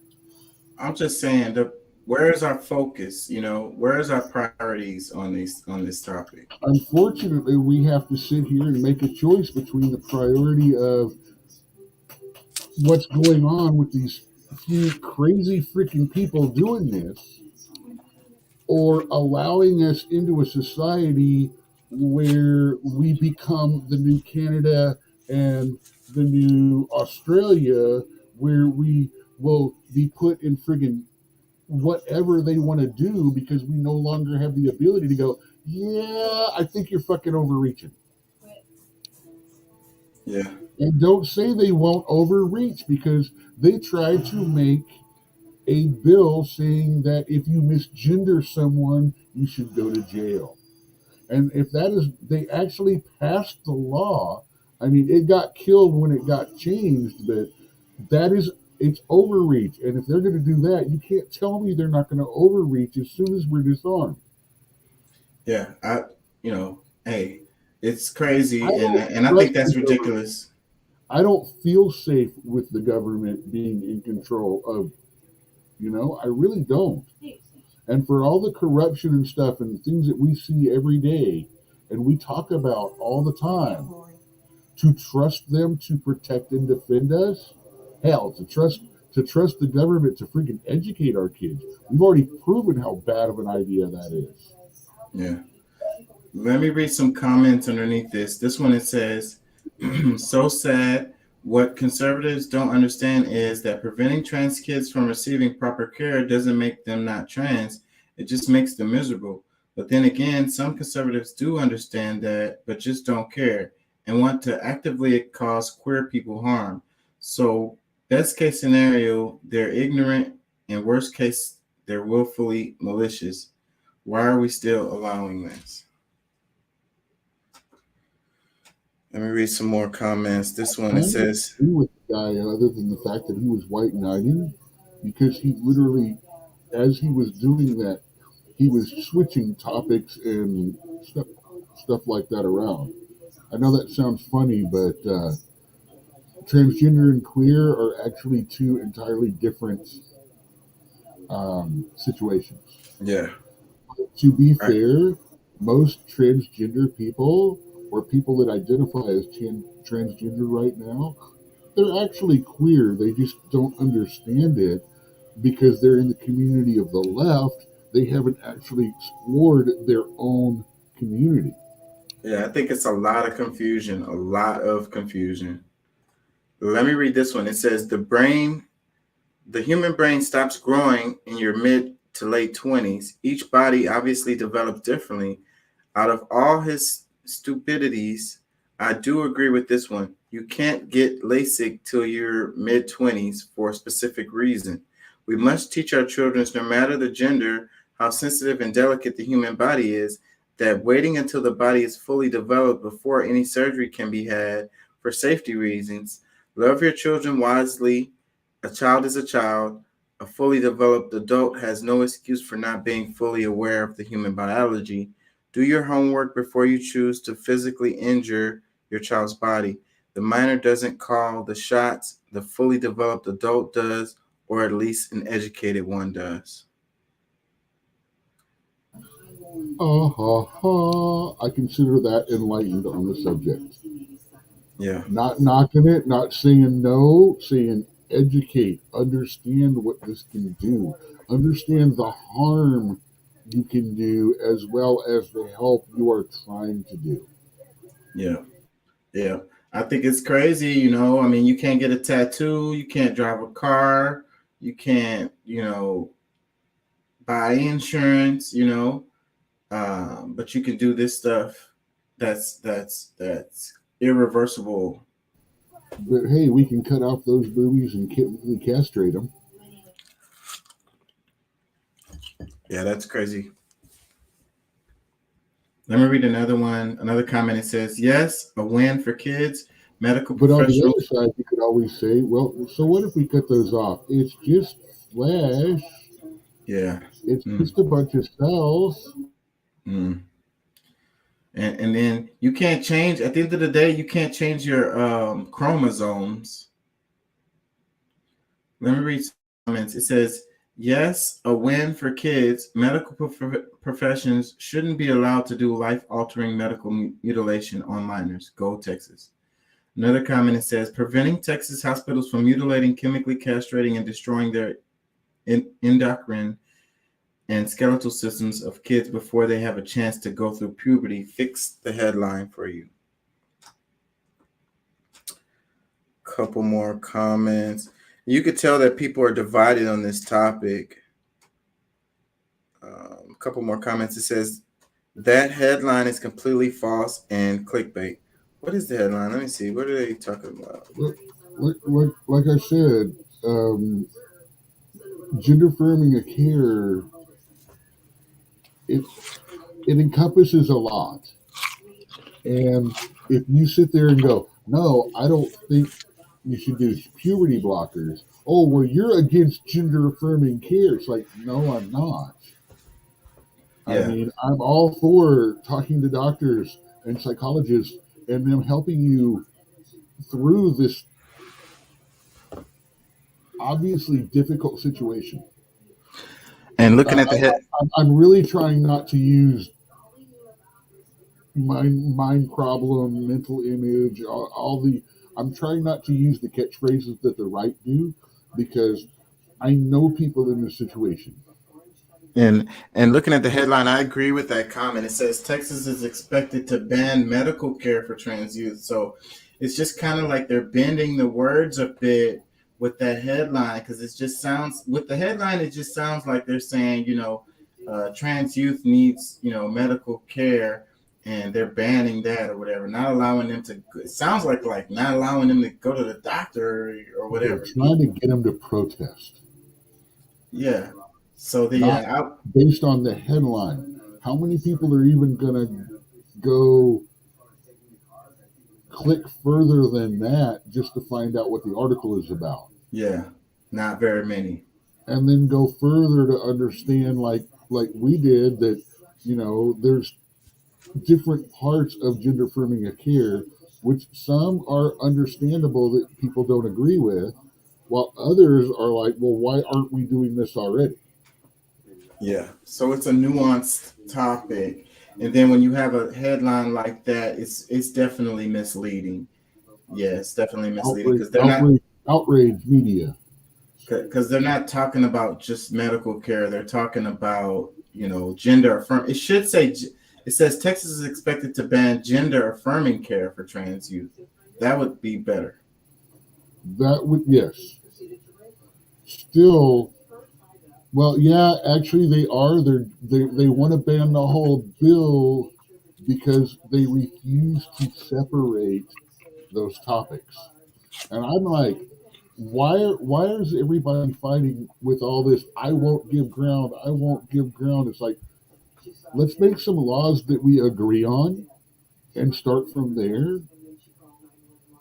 Because there's a whole lot of stuff on the table that we're all good with, but they want to hold it hostage for this law or that law or this pet project or this guy that paid for their sister's brother's cousin's house in Cancun.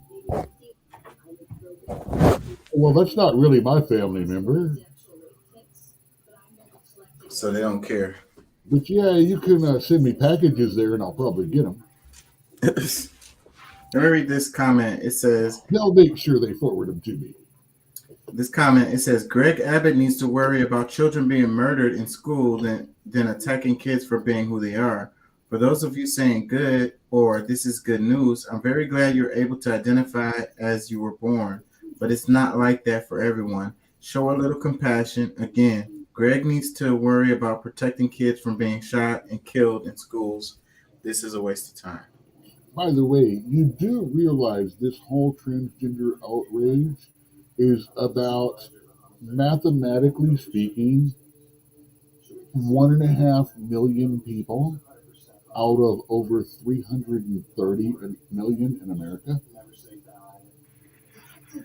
The whole pronunciation gender, let's double it for easy numbers. 3 million out of over 330 million.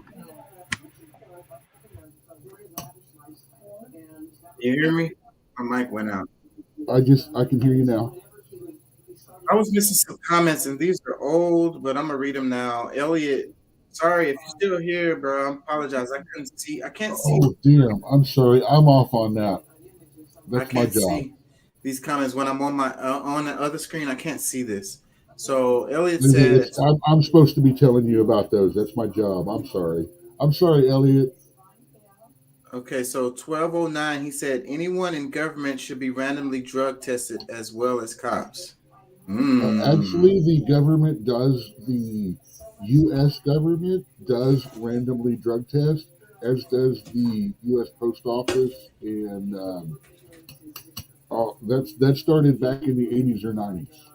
They probably give them a heads up though and be like, hey, Well, from what I hear, it's done based on the last number of the Social Security number, randomly drawn, and it's not exactly secret what number gets drawn. yeah, But the thing is, drug testing, it doesn't really stop the drug use. yeah, It stops people that are smoking pot. because that's the stops drug that people stays. that are taking pills off a prescription. Yeah, because those are the ones that stay in your system. Because all the bad stuff that you'll comes sell right out. You'll sell your grandma's PIN number after a few years on it to get It comes more. right out within like a day or two. After a couple of days. Yeah. I mean, so all it really does, it was invented back in the day when they were trying to keep everybody off of smoke. Because marijuana stays in your system for a month. That's so crazy. Heck yeah. That's a long time. You wonder why the people that work at Walmart are a friggin' pain in the rear end? Because the only reason half of them get the job is because they can pee a clean street. Yeah. No wonder they're uptight. This comment, he said, people in government are some of the lowest level of morality.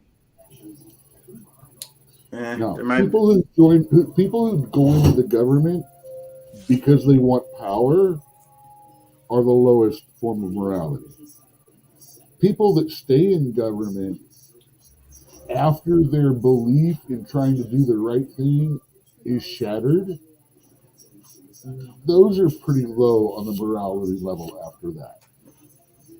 But I'm going to say most of them, there are a lot of them that actually want to get in there because, hey, man, I want to do something to make things better. I want to change the world. Well, unless they're legacy, in which case it's like, this is the easiest way to make money. This comment, he says, you got to love how they stole land and forced laws with an iron fist. And this comment, he says, aspartame is worse than sugar and eats the brain. That's because earlier I was talking about how, like, sugar is bad for you, but these sugar substitutes, they may be worse. So all things. I actually get migraines from aspartame. If I drink a diet soda, if I drink a whole diet soda, I'll end up with a headache within 30, 45 minutes, and it lasts several hours. I hate the taste of the sugar substitutes, and they make me feel funny. So, yeah, I can't do them. Coke Zero, if I'm using it as a mixer, is about the only diet drink I've been able to do. Yeah. And let me ask you this, Doc, because I mentioned earlier, I said, I wait tables, and people who drink a Coke, they tend to drink like 1 or 2, and people who drink Diet Coke or Zero, they drink like 7. Has that been your experience? Really depends, man. I'm working in a mom and pop that's got a lot of older people. I mean, I've got an interesting spread of generations. I get mostly is tea and water. But I've found that lemonade drinkers and raspberry tea drinkers don't get a lot of refills. Dr. Pepper drinkers get a lot of refills. Yeah. Diet Pepsi drinkers get a lot of refills. Pepsi doesn't. We're a Pepsi company, so. Yeah, so then that's the same thing. That kind of goes with what I'm saying. So like the regular Pepsi person, doesn't drink as much as the Diet Pepsi person does. And Dr. Well, Pepper drinkers are just crazy. They just it tastes not like normal. musty butthole. I mean, of course not, they're not going to drink much of it. I don't know, man. Something about Pepsi, to me, it tastes like it was made with that water that's been in a jug on the back of the shelf for like 2 years, you know? Just like stale, old. Like that one that's been sitting around in the tank for a while. Yeah, I don't like the way it tastes either. I kind of try to avoid soda in general, anyways. But yeah, I'm not gonna drink a Pepsi. You know, I drink soda water because we actually have, you can get just bubble water out of ours. I've Yeah, been drinking that mostly. yeah. It don't have the sugar, so it's better. It gets rid of my craving for bubbles. It's a little bit lighter. It takes some of the taste out of the Houston water, which Houston water tastes like. Ugh. Yeah. So let me read this one. It says DeSantis blasted for mandating AAPI studies while banning courses on systematic racism. It says Florida Governor Ron DeSantis signed a law mandating that some history about Asian Americans and Pacific Islanders be taught in public schools mere months after education officials in Florida whitewashed an advanced placement course about Black history.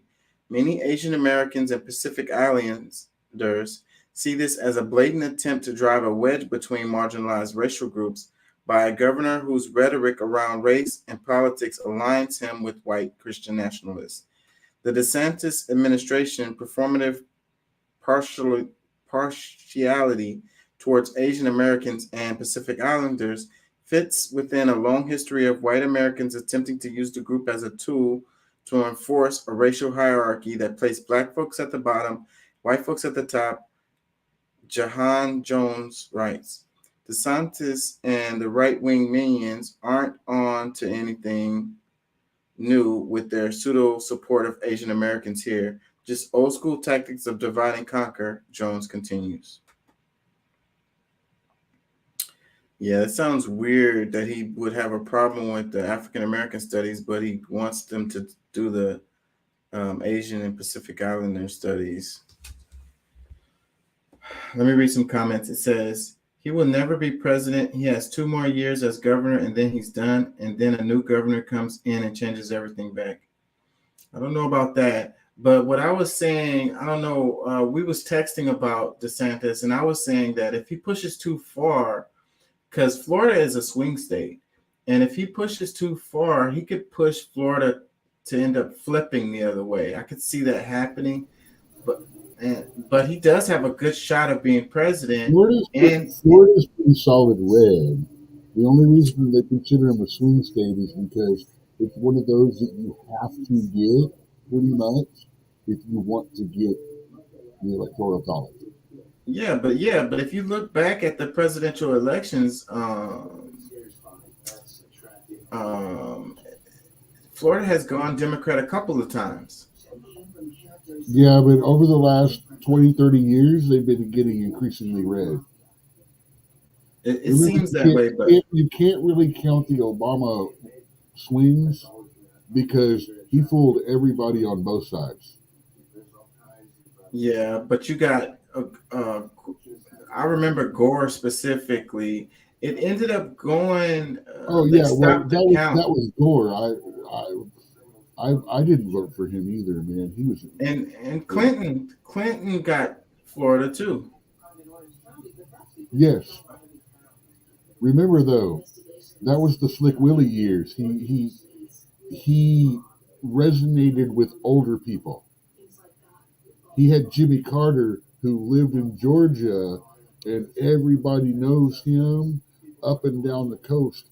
He's even today. I don't know if he died or not, but I know he was 93 years old. And he's still out building houses for the homeless, Habitat for Humanity, and he had his backing over there.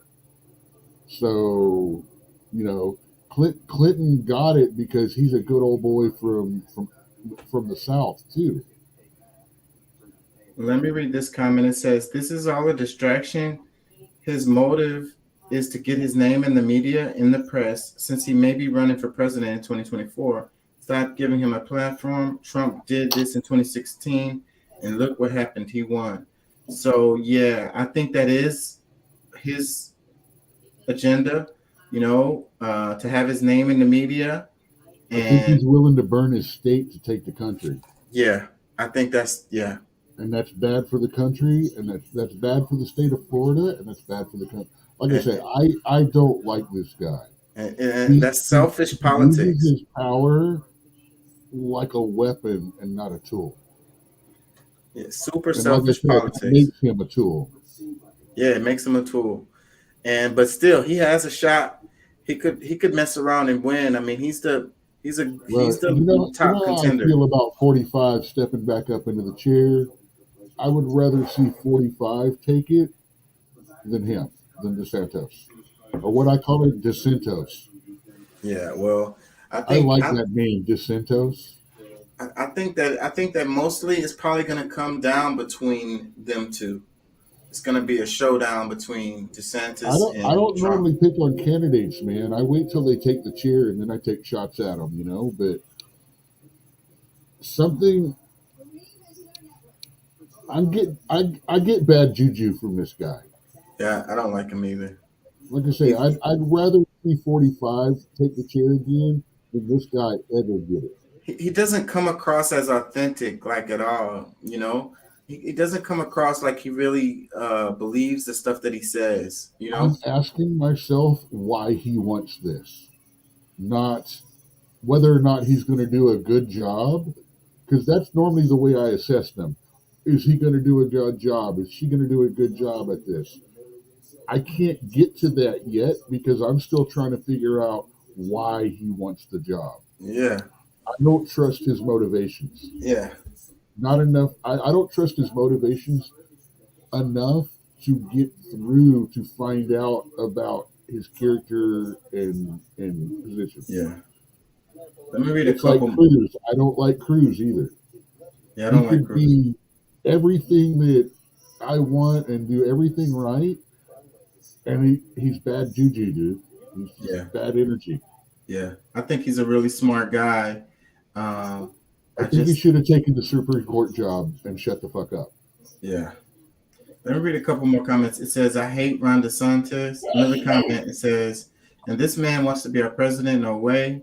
Another comment, it says, it's the model minority trope that white supremacists use to get Asian Americans to hate on Black Americans. It's right on brand for him. Oh man, what happened back a few years ago when the Black community wanted to kick the Asians out of the brown because they were skewing the numbers for tests and shit? Well, it's racist to include Asians in the statistics because that what was it? That inherently makes the other race or Black people's scores lower or something like that. It shows that the Black people are bringing, or something about other colors bringing the numbers down because the Asians had such high numbers. It messed with the arguments or the narrative. Yeah. So they were trying to kick Asians out of the colored community. Yeah, I vaguely remember that, but yeah, because they score higher generally. We were laughing about it, or I was laughing about it. Yeah. Let's move on to this one. It says self-checkout machines now ask for tips and let it squeeze on customers. Oh, hell no. Yeah, have you seen this? I've seen this. It's like everywhere. It's like all of the new credit card machines, whatever, like people are using the same company, I guess, or all the companies are copying each other or something, but it's like literally everywhere you go now, it asks you if you want a tip, like literally everywhere you go, like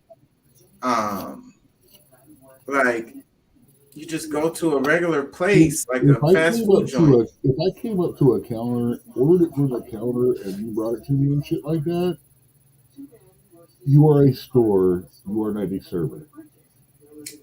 Yeah. Yeah. So that's what it is. And it's like regular stores, they have these credit card machines. You have to understand, you work at Burger King or you work at one of these little fast food places, the cooks, when you go to a bar, we respect you and we will give you service prices. If you just take orders and stuff like that from a microphone in a drive-through, yeah, we might give you service industry discounts, but only because we pity you, not because we consider you in the service industry. Yeah, because it's really strange, and it's like pulling on people's heartstrings, and then it's like, where's the money going? Does it actually go? There's been stories that's been coming out like crazy about these companies stealing tips from people and not paying them it. They then got sued and got caught for this a Dude, few times. take a look at Food Network chefs that get sued for screwing over tips for their employees in their high-end restaurants. Yeah, so this has been happening a lot. So it's crazy that they like, okay, we're gonna find another way to make money. We're gonna And they're like, already screwed because the servers have not had a raise since 1991. yeah. So they're pulling on people's heartstrings and like trying to force you to tip in situations where nobody really provided you much of a service. And then not only that, the money is probably not going to the people who work there. Like it's probably just going to the damn company and their bottom line. Just another way to make more profit. Dude, I'm so Shady. conflicted. A place I love, Lotus Seafood, over at Kirkwood, right near Richmond. Really good. Got some good fish, shrimp, stuff like that. Freaking, you walk up, you look at the boards, you walk up to the computer, they punch in your order, they turn it around, and it says tip. They're I doing love this. the food. I love the place there, but your fast food, your counter help, you're not You're even going to not bring it to my table. You're not going to give me, you're going to you're going to give me 2 cups and make me get my own drink. Why? But if I don't tip, am I going to have to wait 20 minutes instead of 10? right. Or is the I person can behind the do counter that. gonna mug you I'm not because you saying the don't? place I'm saying does. I'm just Yeah, saying man. places Yeah, will this do that. yeah, this is happening. Let me read this. It says customers report feeling obligated to leave a tip as they question where and to whom the extra money is actually going. But businesses are increasingly embracing the option to boost pay for workers outside salaries, according to the Wall Street Journal. William Michael Blinn, a consumer behavior and tip culture professor at Cornell University, Nolan School of Hotel Administration, told the newspaper that businesses are taking advantage of an opportunity, and who wouldn't want to get extra money at very little cost if you could?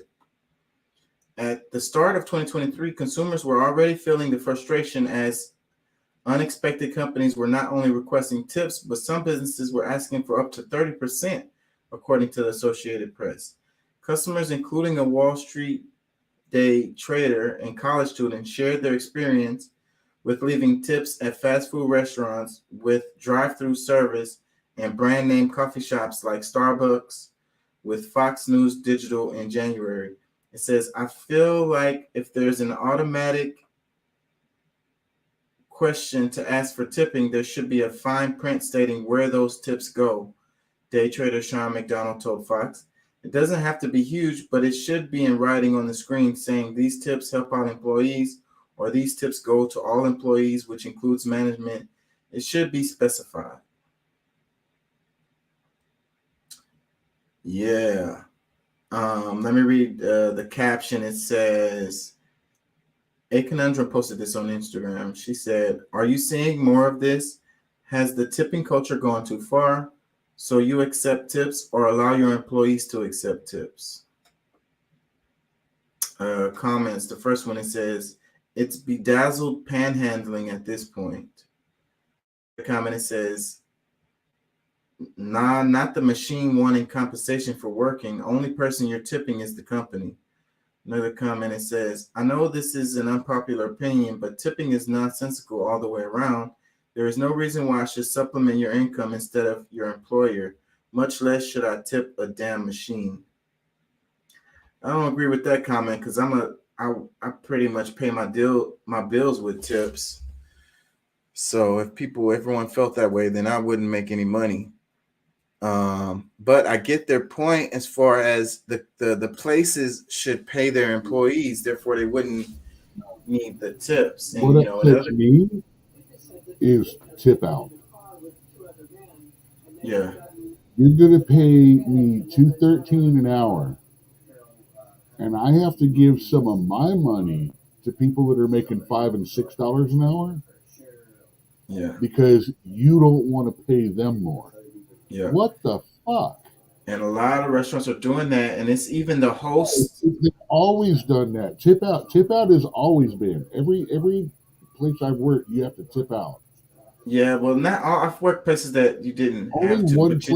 Only one place that I've been, you haven't had to tip. Now we don't have to tip out if we don't have a host, if we don't have a busboy, if we don't have a runner. Literally, you have to do everything. Yeah. You know? So, that's part of my job. But you got to understand, 5% off the top of my sales means you're taking 20% of my pay.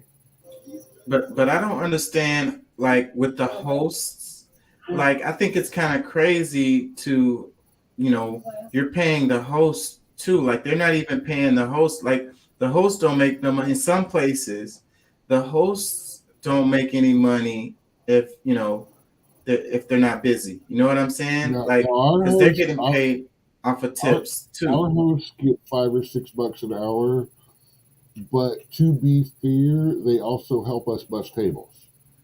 Yeah, well, some places the hosts, all their pay is coming from the tip out. No, that's not legal. Yeah, so that's the kind of stuff that they're doing. That's a partially tipped position, which is like $5 or $6 an hour.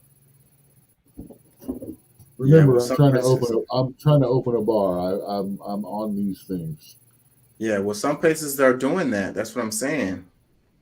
Let me read a couple more comments. It says, I was in Vegas last month at a restaurant inside the Park MGM, and it asked for a damn tip before it would even go to the next screen with the actual total to begin with. Another comment, it says, why am I going to tip when I'm providing free labor? Another comment, it says, I wish everyone would stop tipping and force these corporations and companies to pay their employees a better wage, because many times the company collects the tips and sometimes gives the employees a percentage. The post-slavery policy that America has kept needs to go. Europeans get offended when receiving a tip. First, we have to bag and check out ourselves. Now, touchscreen gaslighting.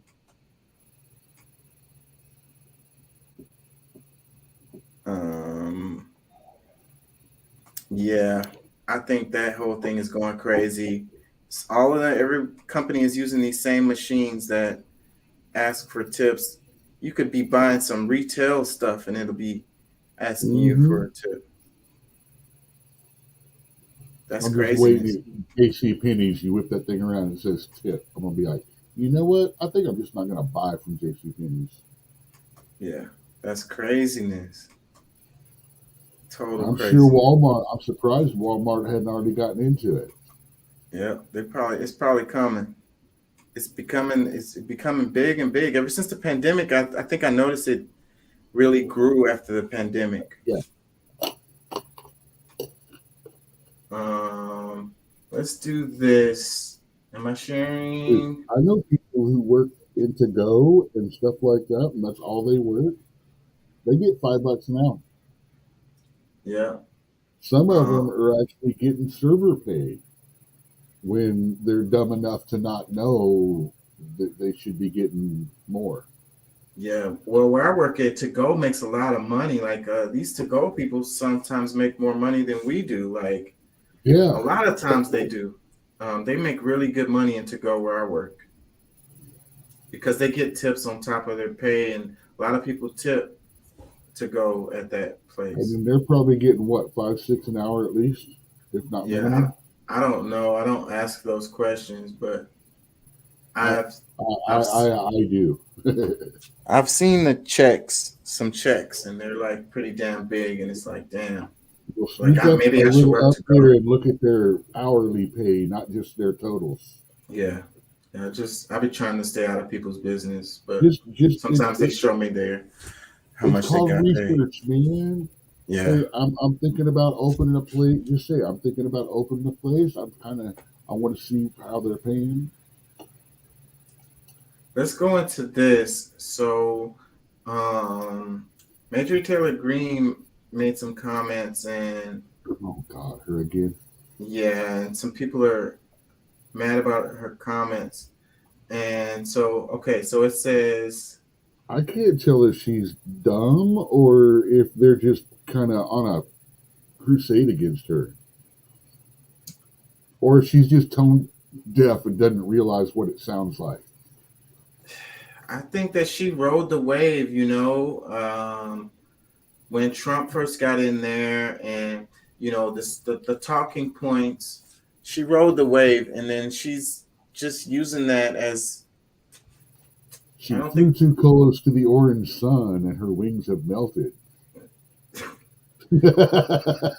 this one. It says Major Taylor Greene used racist dog whistles to characterize outspoken, passionate black men like me as threatening, but I won't stop speaking truth to power. So Jamal Bowman said this. Let's play it. I'm not sure who he is. He's a Congress. It says Major Taylor Greene says that when people like Jamal Bowman call her white supremacist, it's like calling a person of color the N-word. His physical mannerisms are aggressive, and I feel threatened by him, Greene adds of Bowman. Because I think they had they had words, and there's a video clip where they kind of like got into it or whatever. But let me play Have this. so much security. There was not enough. I was swarmed. It's all on video. Everyone can see this. But I will tell you what's on video is Jamal Bowman shouting at the top of his lungs, cursing, calling me a horrible, calling me a white supremacist, which I take great offense to. That is like calling a person of color the N-word, which should never happen. Calling me a white supremacist is equal to that, and that is wrong. Jamal Bowman was down there cursing at me, telling me to get the F out of there. And he was leading the mob right outside the vehicle I was sitting in. We have this all on video. And then on the Capitol steps yesterday, he was the one that approached me. Even CNN reported that. Yelling, shouting, raising his voice. He has aggressive, his physical mannerisms are aggressive. And he just recently shoved Thomas Massie just outside the House chamber. I think there's a lot of concern about Jamal Bowman. So, and I am concerned about it. I feel threatened by him. He not only led a mob there, but his boisterous lies. And I'll tell you another thing he said outside there. He was saying, save your party. I kept telling him, no, save the country. It's not about political parties. We shouldn't care about political parties. We should care about the country, because no matter what our political beliefs are, Jamal Bowman, I don't know what his political beliefs are. I know what mine are, but we both swore an oath to serve the country here in Congress as representatives. So I am very concerned about Jamal Bowman, and he's someone that people should watch. Had to have so much. So Yeah, I don't like her a whole lot. Think she normally says some really bat fruity stuff. But I kind of like the way she put that. No, we don't need to save our party, protect our party. We need to save our country. Good words. Now, we also know that she's going to candy flip and do something that is completely going to go against that statement sometime within the next few months because, well, yeah, that just seems like what she does.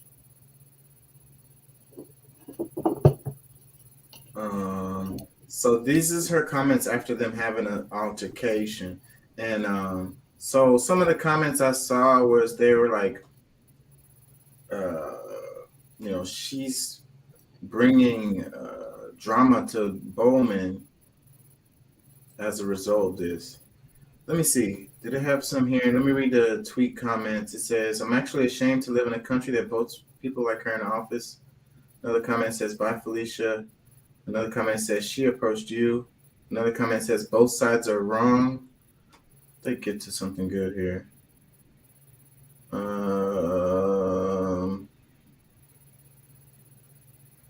I would like a second opinion from a real doctor. Are you blaming white people? Hold on. Bowman, you are nothing more than a bully. You never have fact argument. You bully people to believe what you're saying doesn't make it true. Bullying is your only trait. Be glad you didn't grow up in my time. Wow, that sounds like a threat. Another comment says, aren't you the guy who was yelling at Thomas Massie a while back? Another comment, it says, truth to power, dude. You are a congressman. You are the power. The problem here is that progressive folks define white supremacy as something completely different than everyday people define it. I think there is a lot of confusion in that. Another comment says, she's not wrong. Another comment says, when you leftists throw that term around like that, it becomes meaningless. Another comment, slander, thanks for the written evidence. Says, It's libel, dumbass. Another comment, it says, they're not going to like you moving in on their turf. The reason the left has such ire for the Jews is jealousy. They want to replace the Holocaust with slavery in order to wield its legacy as a weapon against Western culture. I don't know how that is even related. Anyways, let's move on. I thought I had more on that. I think I do, but I don't know where it is. This one, it says, G7 leaders are set to discuss diamond trade with future Russian sanctions in mind. Poland in April presented a proposal for a new set of sanctions on Russia for waging war against Ukraine, including oil and diamond imports. Voted by Poland in April.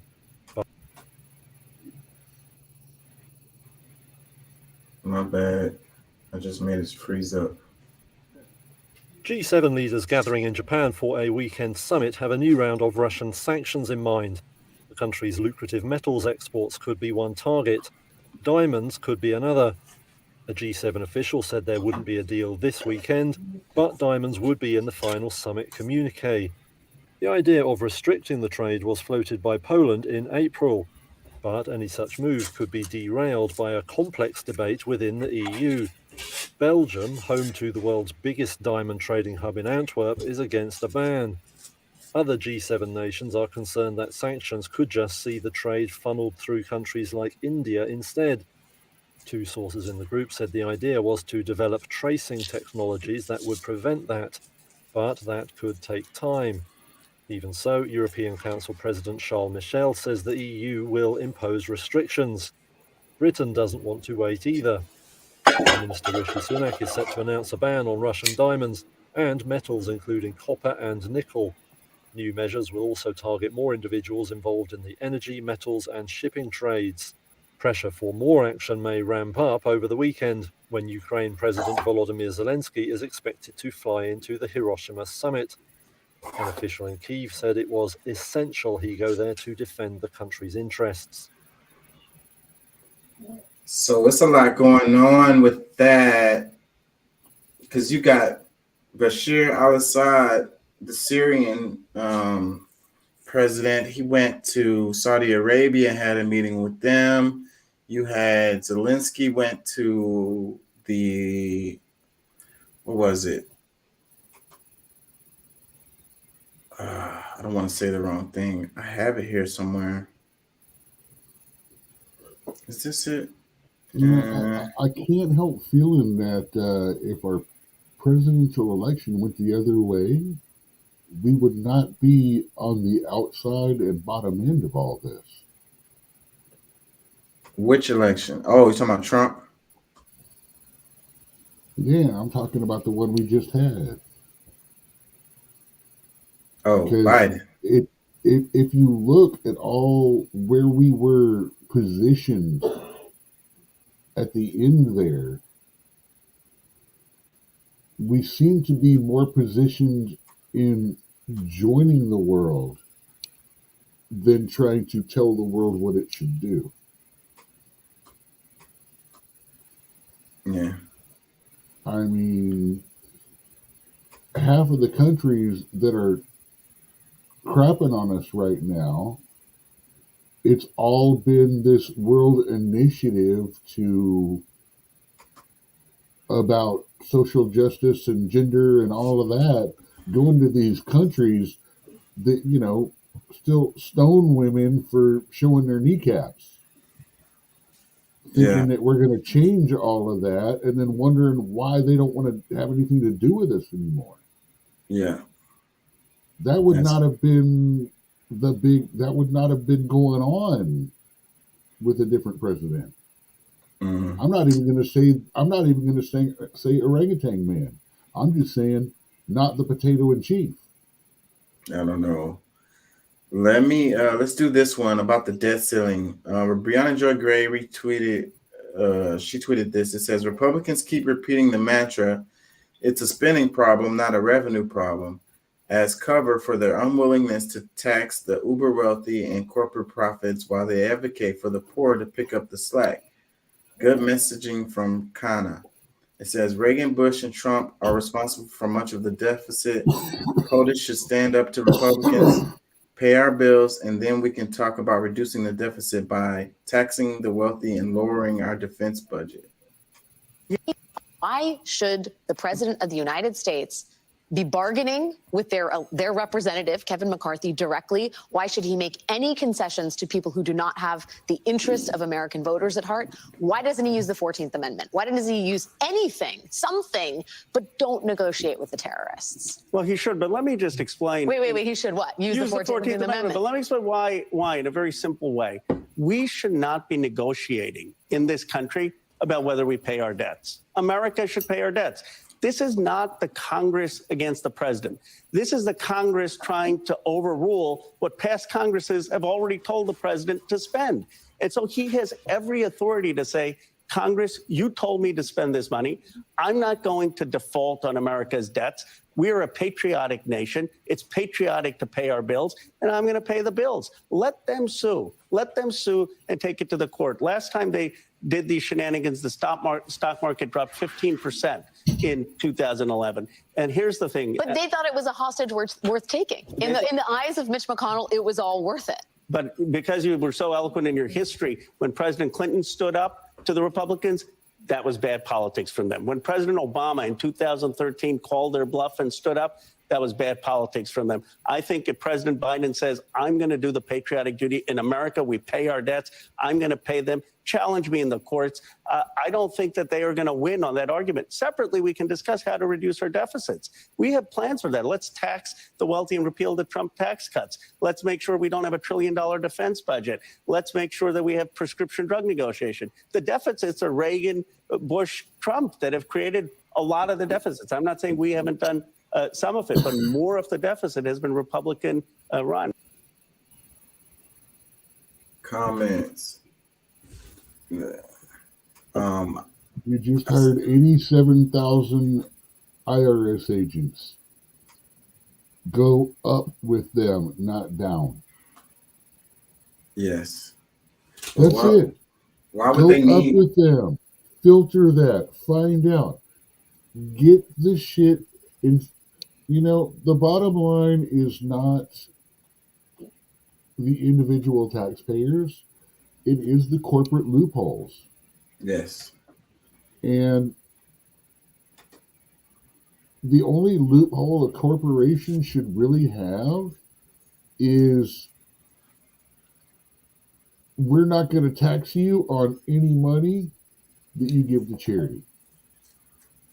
Just like for anybody else.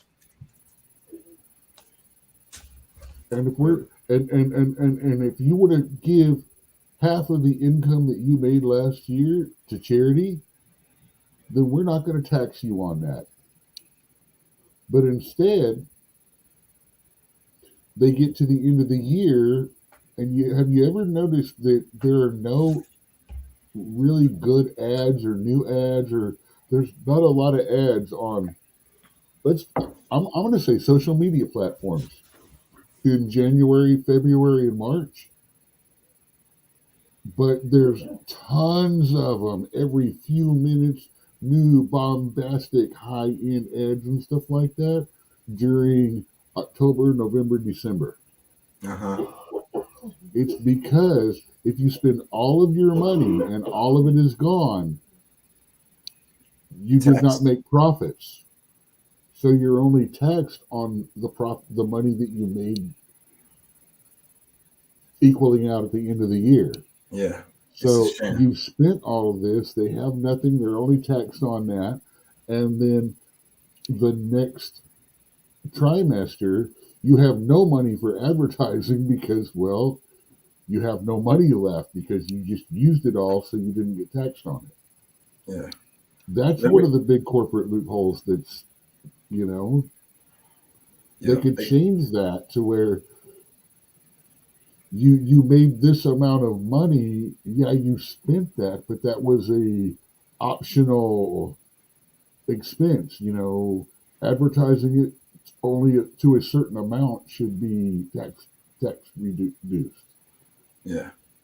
Let me read this. Beyond Joy Gray, she said, "It's a shame that there aren't more anti-war leftists calling out the so-called anti-war right unwillingness to cut $1 from the defense budget, saying, 'I don't like the war in Ukraine,' while backing the largest defense budget ever is not anti-war." Another comment, it says, "It's easy to look generous with other people's money."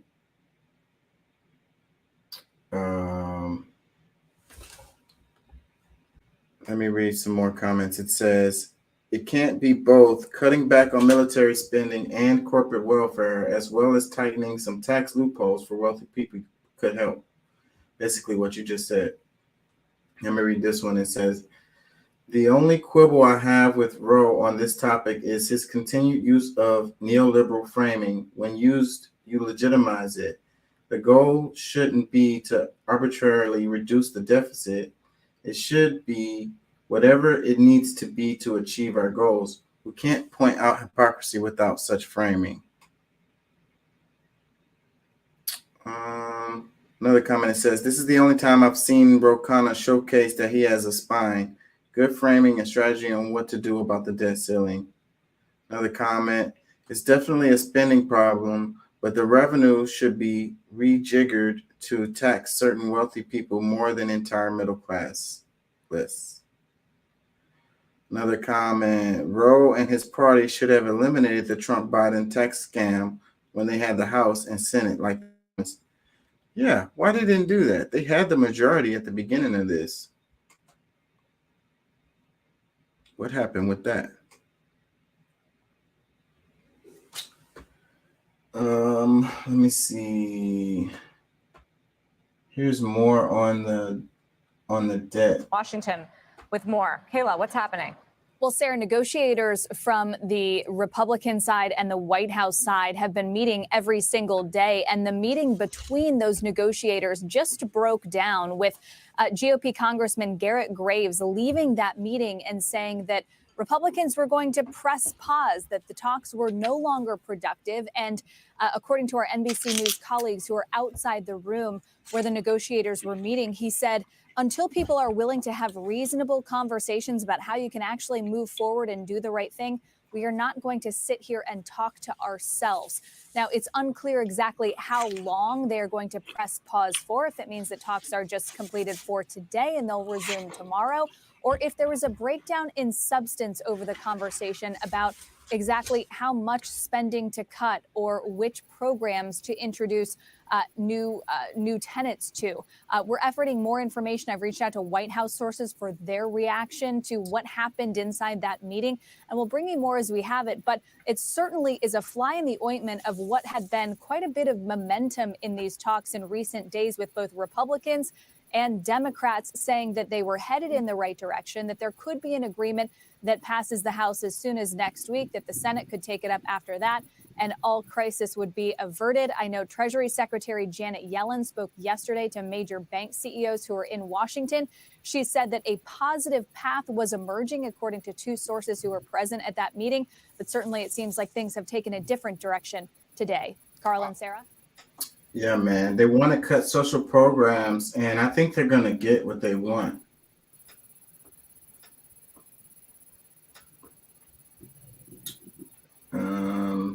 Earlier, this is what I was talking about with Bashir al-Assad. It says, Bin Salman, the presence of Mr. Bashir al-Assad, the president of Syria, in this meeting makes us happy. Saudi Crown Prince at the Arab League Summit, the issues of Palestine is the central issue of the Arab world. So,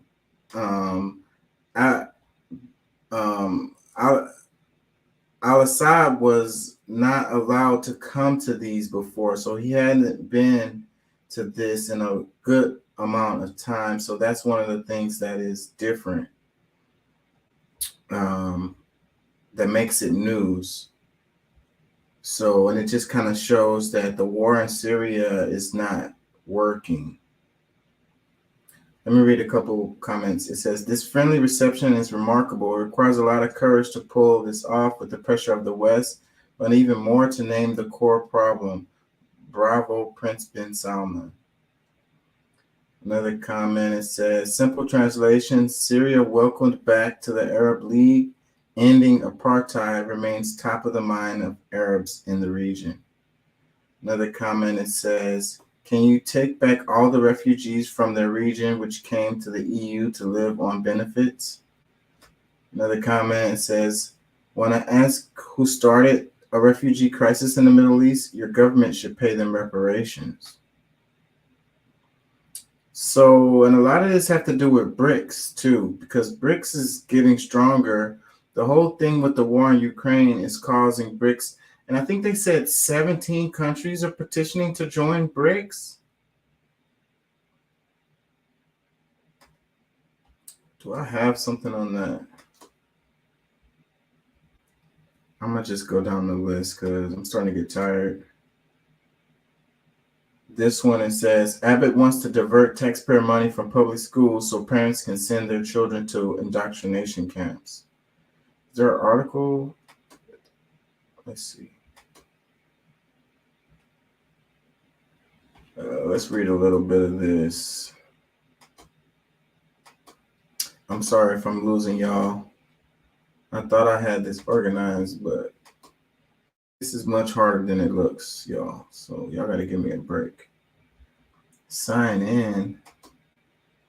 What are y'all talking about? Oh, they won't let me read the article? You guys are mean. Oh, is it here? Okay. Let me share. Give me a second. Oh, they want me to sign in.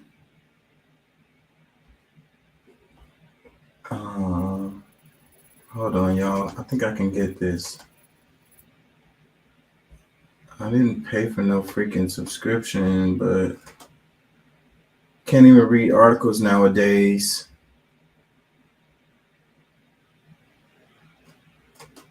Am I in on this? Let's try it. No, I don't think I'm in on this.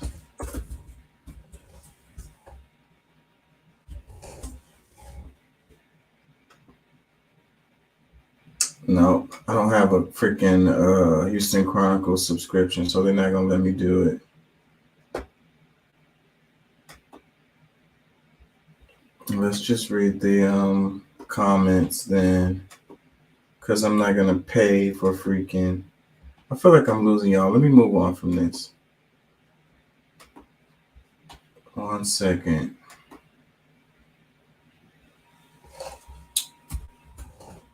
They make you pay for everything now. You can't even read articles. It's so terrible. Let me see. Oh, earlier I mentioned this, so this is perfect right here. Let's go to this. Missing money going to Ukraine.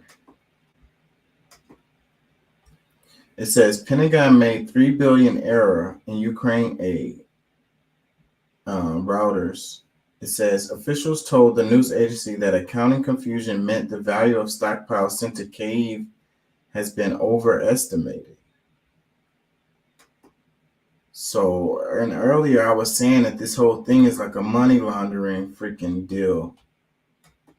And all of this money going missing, and then this is taxpayer money. And then we're talking about the deficit. If we give a damn about the deficit, paying the debt ceiling, then we should be concerned about where the hell this money is going. I don't give a shit what side you're on. America needs to pay our debts. And I agree with that. That's bullshit. And if you hold the ability to pay our debts hostage, I have a problem with you. Yeah. And the thing is, the Republican Party used to be the one that was always about we need to pay our debts, we need to pay our debts. Period. Yeah. Statement. Fiscally responsible. What the hell is this going on? And so it's totally opposite to what they're supposed to be as far as being conservative, being fiscally responsible. It flies in the face of that shit. Like it's hypocritical. But the question is, what are the riders that they have on the pay our debts bill? Well, yeah, we're going to pay our debts, but we also need to spend this much on this and this much on that and that on the other because, and if you don't do that, well, we're not going to agree to your bill. Yeah. And so, and then they're like, that's okay. The problem. It's all following agenda and not handling the problem. Right. They're leveraging handling real problems with trying to get their agenda. And that's so much bullshit. And that's both sides rolling that. I'm not going to blame one or the other at all on that. Yeah, so it's bullshit. And so like then they send all this money to Ukraine, and then they talk about the debt ceiling, and they say, so then we got to cut social programs so that we can be more fiscally responsible, so that we can handle this, this debt crisis or whatever.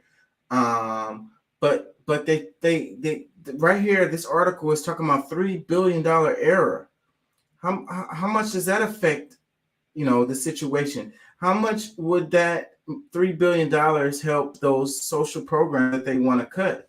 So if they really gave a fuck, then they would be paying attention to this kind of stuff and making sure that they reined in at the very least. Like you could say, okay, this is after that. We were out of NATO. This was not our problem. Yeah. This current monarchy or oligarchy or the potato in chief, they got us all back into all of this. That's where we spent all the money. And then, we're a backlog now because we haven't done this, so we need to spend more. And so all those emergency funds were okayed by Congress. And that's where all the money is instead of paying our freaking debts. Yes. So, and then like, even if you are on the side where you want to support Ukraine. It's like giving a 16-year-old a freaking credit card. Yeah. And then not having no kind of oversight on where the money goes or how it was spent. So, but even if you're on the side to support Ukraine, you want to send money to Ukraine, you want to help them, you want to, stop Putin or whatever the hell, and you feel like that's a priority for us as the United States, which I don't. But let's say you do feel that way. Okay, that's cool. But what about, it's $3 billion missing? Like, wouldn't that be a very high concern, especially in the air, in the atmosphere of us paying our bills, So if you don't care about this $3 billion being missing, but you do care about us paying our bills, and you feel like you need to cut social programs so that we can pay our bills, then, where is your, logic in that, How many miles of rail or road could that have fixed? Yeah. I mean, go down the list. Go down the list. You can find all kinds of ways to use this money. Well, I'm not even talking about our people. I'm talking about just our basic infrastructure that how many houses would not have rolling brownouts? And we was talking about the water system and how old and outdated and terrible that is. And so but then when you talk about fixing the water system, then they say, well, where's the money gonna come from? But y'all didn't say that when y'all like all this emergency spending that y'all sending to freaking Ukraine. This is really important. We got to do this. But bro, we got people who are drinking freaking dirty ass water in almost all the major cities. Contaminated water is making people sick. Taking showering in fucking toxic water. Let me read some of this. It says, I still remember 20, 30 years ago, we had rivers in the middle of cities on fire. Yeah. It's crazy. Let me read some of this. It says Pentagon made $3 billion error in Ukraine aid routers. It says officials told the news agency that accounting confusion meant the value of stockpiles sent to Kyiv has been overestimated. And then before I read this, that recently we had the thing where those stockpiles got blown the F up.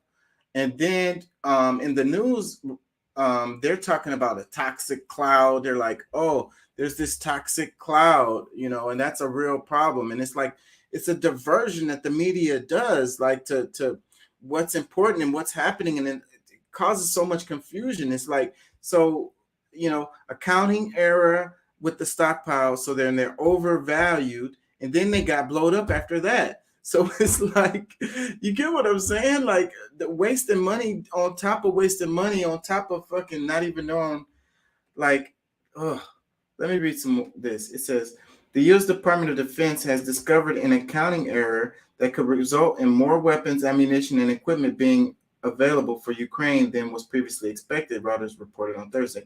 The agency cited a Senate aide and a Pentagon official, both anonymous, who said that the U.S. military had overestimated the value of some of the hardware that was sent to Kyiv by around $3 billion, implying that less money has been spent on arming Ukraine than was previously calculated. So it's like, do you think that was an accident? Like, these people get paid to fucking, they're accountants. Like, how do you make a $3 billion freaking overestimate? Let me read some more. It says, the Pentagon used the current replacement cost for equipment taken from its stocks, rather than factoring in the original purchase price and depreciation, according to the agency source. The DoD is reportedly taking steps to notify Congress of the accounting adjustment. Senator Roger Wicker, the ranking Republican on the Senate Armed Services Committee, told Reuters that the Pentagon made a major mistake that could underestimate future needs of NATO allies. So that's how they're spinning it. Oh, we're screwing over them. They're not giving them enough guns, It says, our priority should be a Ukrainian victory over Russian President Vladimir Putin. Unilaterally altering military aid calculations is an attempt at deception and undermines this goal, says the senator from Mississippi.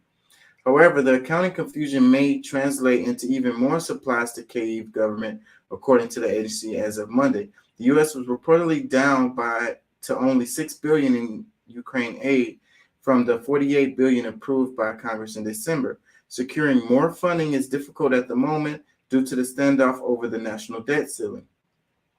Washington's overall efforts to send weapons to Kyiv consist of two tracks. The Presidential Down-Drawn Authority allows the Pentagon to send material from its own stockpiles to the tune of $21.1 billion so far in 37 separate packages. The separate Ukraine Security Assistance Initiative has the U.S. government pay the military industry to make new weapons and ammunition, much of which has yet to arrive. See, that part right there kind of explains what's happening, because, we have these big companies, Boeing, Halliburton, you guys know the names, and these are American companies, and they're the ones who manufacture this stuff.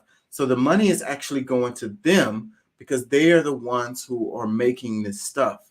So it's like a transfer of funds to those private companies coming from the public coming from our pockets, the taxpayers.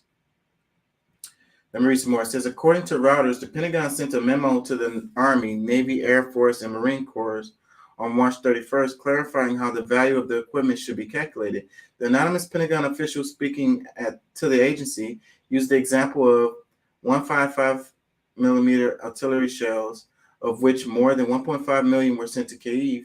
While each costs about $800 today, the cost over several decades averaging out to much less.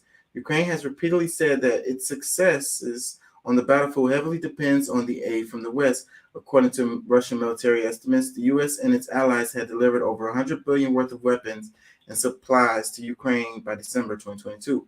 Moscow has warned Washington that this elevates the risk of direct confrontation. However, the U.S. and NATO have insisted that arming Kyiv does not actually make them a party to the conflict. And reading this article, I'm thinking about how there was the weapon systems. I don't want to say the wrong words for it, but it was the weapon systems that they sent over there. Like what's the date on this? Because they're talking about by December 2022. There's been a whole lot more time since then than money.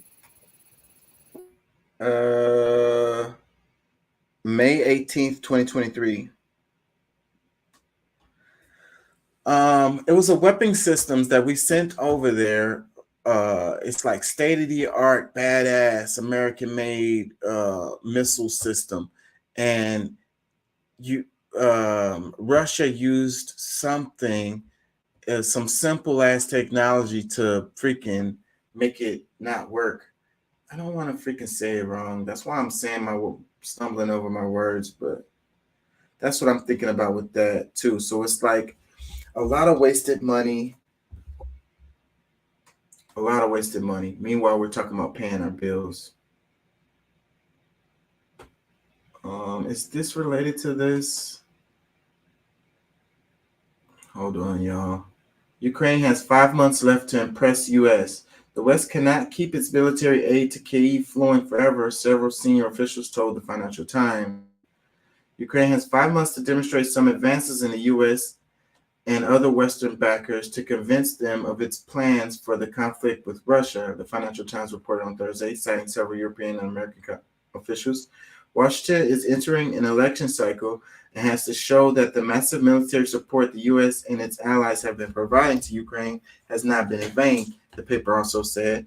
It is important for America to sell this war as a successful one, as well as for domestic purposes to prove that all of those aid packages have been successful in terms of Ukrainian advances, the European officials told.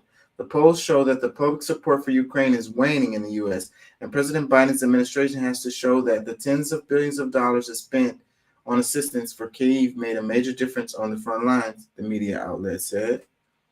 According to FT sources, Washington believes the next 5 months are critical to the outcome of the conflict. If we get to September and Ukraine has not made significant gains, the international pressure on the West to bring them to negotiations will be enormous, another source told FT on a condition of anonymity.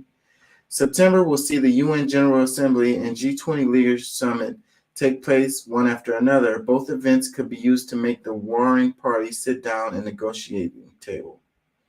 The Western military support for Kyiv is also about to reach its limits, the sources warn. The message to Kyiv is basically that it is best you're going to get. This is the best you're going to get, a European official told the paper. There's no more flexibility in the U.S. budget to keep writing checks, and European arms factories are running at full capacity.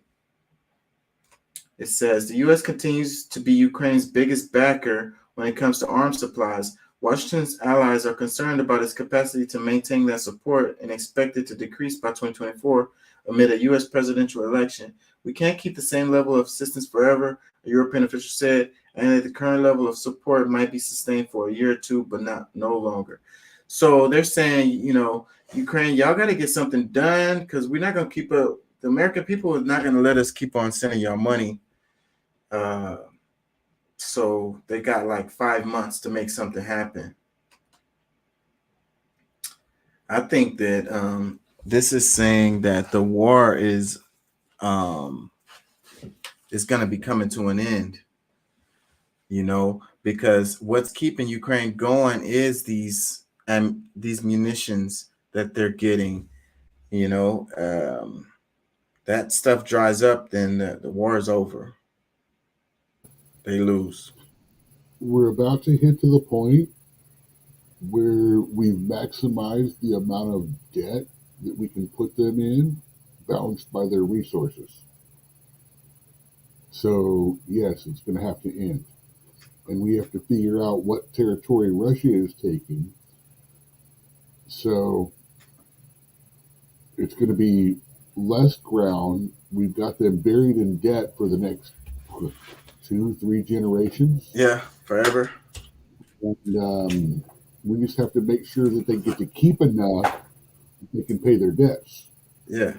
So that means that the important regions, like the regions that have like agriculture or oil or other kinds of natural resources, making sure that they are able to secure those regions. And I think that what's going to happen is those parts that wanted to. Well, it's the oil, the uranium, the metals that are the important part. They're not worried about the agriculture. A matter of fact, it would be easier to make sure they keep their metals production and all of that. And we can always make sure they get fed, right? Yeah. Well, they can feed themselves. But anyways. No, we don't need them to do that. Russia can have that part. We need to make sure that they keep the metals that we want. We can always make sure they get fed. I get what you're saying from the United States point of view. So, but I think that what's going to end up happening, like the cultural issues that was happening with the people who identify as, Russians or whatever, like this is my prediction. Those Russian regions. That was fake news shit right there, man. Less than 8% in one of the areas, less than 8% in one of the other areas, less than 12%. Yeah, that was part of the pretext to get in there. Well, I think that they're going to succeed with that part, and I think that that's what's going to happen.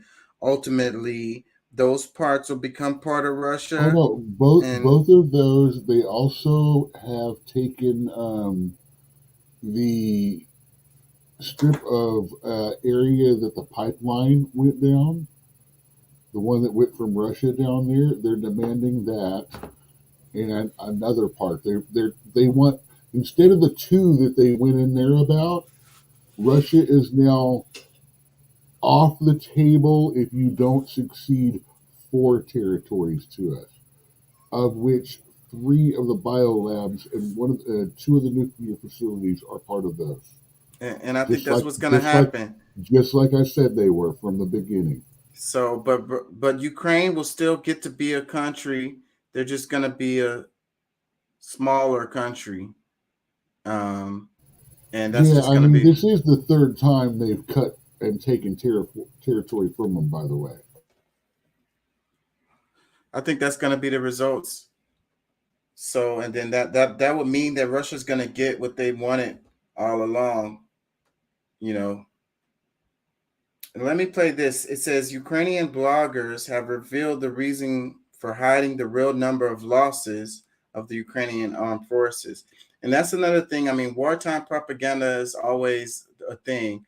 And so both sides are lying about the casualties that are happening out there. So Russia is saying that we're not losing a lot of troops and Ukraine is losing a lot of troops. And Ukraine is saying we're not losing a lot of troops and Russia is losing a lot of troops. And then they're saying that there's no NATO losses and there's no American troops over there. And it's all a bunch of lies. And nobody really knows what the numbers are because they really got a good lid on that shit. There are no American troops over there. However, there are private companies and private industries and private mercenaries who come from America that are over there. But there are no American forces over there. Yeah, officially. There are private security contractors That's Yeah. about all I'm going to say on that because, yeah, I used to work for him. Yeah. Let me play this. Сегодня поговорим о накипевшей и It says, hello, today we will talk about the resident topic, the number of dead soldiers of the AFU. резонансной теме. Количество погибших ВСУшников. И почему же все максимально пытаются And why is скрыть everyone реальные trying to погибшие? hide the real death toll? Итак, как бы там ни So было, whatever по it различным was in источникам, different по sources, разным подсчетам, hold on, went too fast for me. It says whatever it was in different sources, according to different calculations, the figure of losses of the AFU is indicated as 300,000. Looking at the cemeteries and a huge number of graves, the number of 300,000 is very similar to the truth.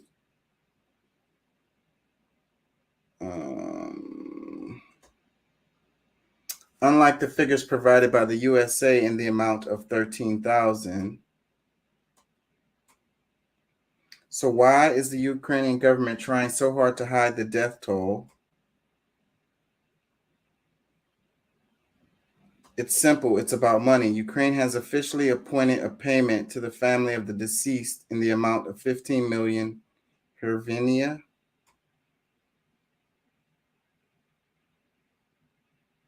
Hold on, y'all. Accordingly, if you make a calculation, the following will come out. 300,000 dead multiplied by 15 million hryvnia, it turns out 4,500,000,000,000 hryvnia. And they probably don't have that.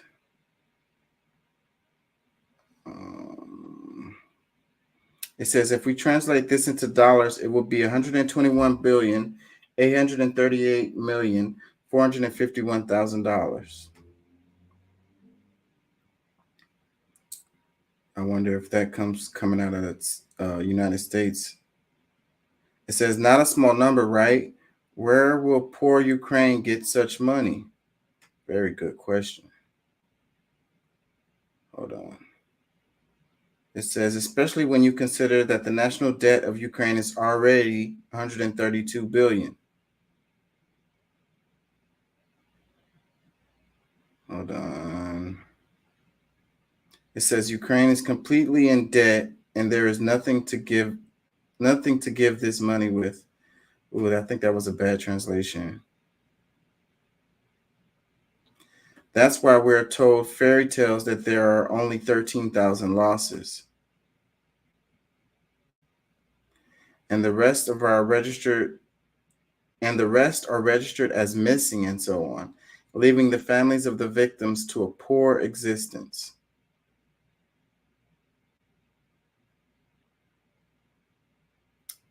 You know, the people always end up being the ones who suffer. It says, simply put, our men are simply being driven to slaughter, and you continue to shout about free Ukraine.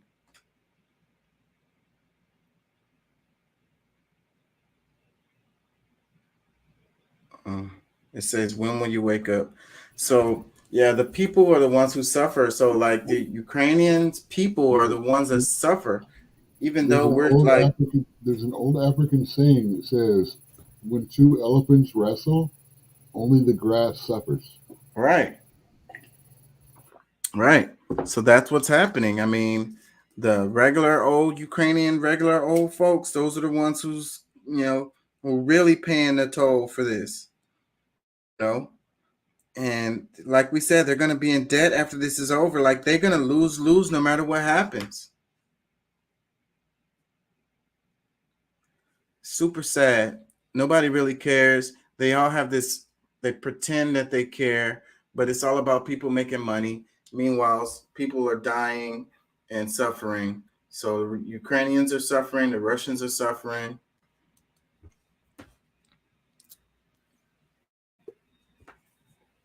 Very sad. Hey, it's one of the few times I'm 100% on the side of Trump with this one. I just want people to stop dying. Yeah. That's it. I want them to stop dying. Yeah. And I think that and they were bashing Trump about him saying like America first, bro. Like, what the hell, bro? Like, let's just leave that alone. And it's like, oh, so you don't care about Ukraine? It's like, bro, I do, but hey, we got stuff going on over here. Let's deal with that. And like, oh, you're a terrible person. You're horrible. So, oh yeah, this is what I mentioned earlier. It says Colonel Douglas McGregor. He says, no, I think what you're seeing is this war has become financial as well as military, and the globalists understand that they're going to lose this war. And what will come of this is that BRICS are going to be increased by 81 additional members, 81. And all of these are going to go to a currency that is backed by gold. And once they go to that currency that is backed by gold, whether it is in one currency or a basket of currencies, it doesn't make any difference. Yes, we are in a lot of trouble. The globalists know that, and it is why they are so desperate right now.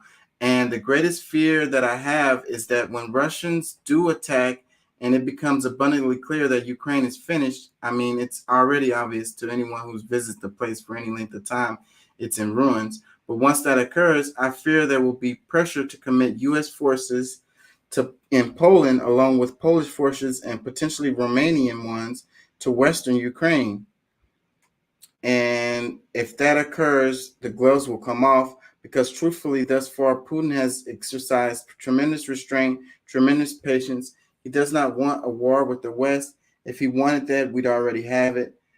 But if we intervene in Western Ukraine, it's over. We'll be in a full-fledged war. So this clip might be just that, but let's see. This war has become financial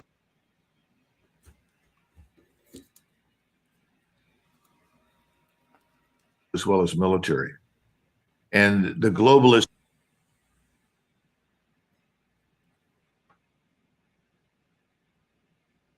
understand that they're going to lose this war. And what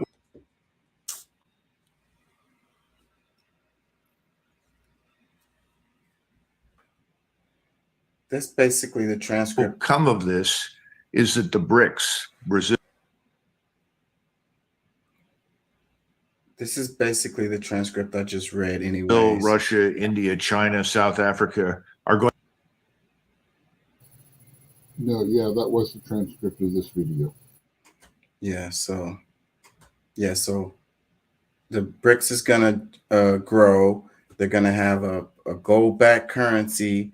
It's gonna be a like a bipolar or multipolar world, and they won't have to trade with the Western countries, and they'll be just fine. They're gonna flourish, actually, you know. And then this is the result of what we've done. You know, we actually are hurting ourselves. The hegemony. We just went from being isolated from there's 43 different metals that we need in the future to keep going. Computers, green technology, all that crap. And we just went from 3 being monopolized by less than friendly countries to BRICS now having total control over 7. So what it's going to lead to is the future.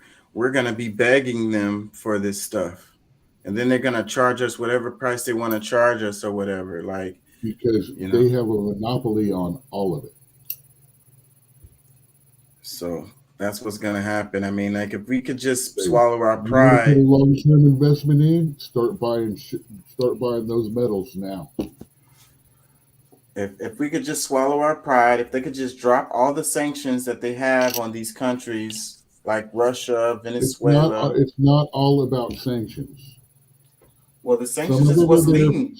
Sanctions and tariffs, some of them there are there for good and reasonable reasons. You can't just say all of them be done. Well, whether they're good for good reasons or not, they are what's leading to this situation. Not everywhere. Some yes, some no. You have to look at it, not just say all of it is bad or all of it is good. Like you said, it's more complicated than that. When we start dealing in absolutes, that's when evil becomes real. And I agree with you. I ain't gonna lie. I have to agree with you on that. But and generally speaking, if we were to not so heavily sanction these countries, it wouldn't lead to them, having to do what they're doing. I mean, you can't blame them for trying to look out for their people and making sure that they have what they need. I mean, they're gonna do that. So like I say, swallow our pride a bit, soften these sanctions and allow the trade to be more freely. And in the long term, it'll benefit us.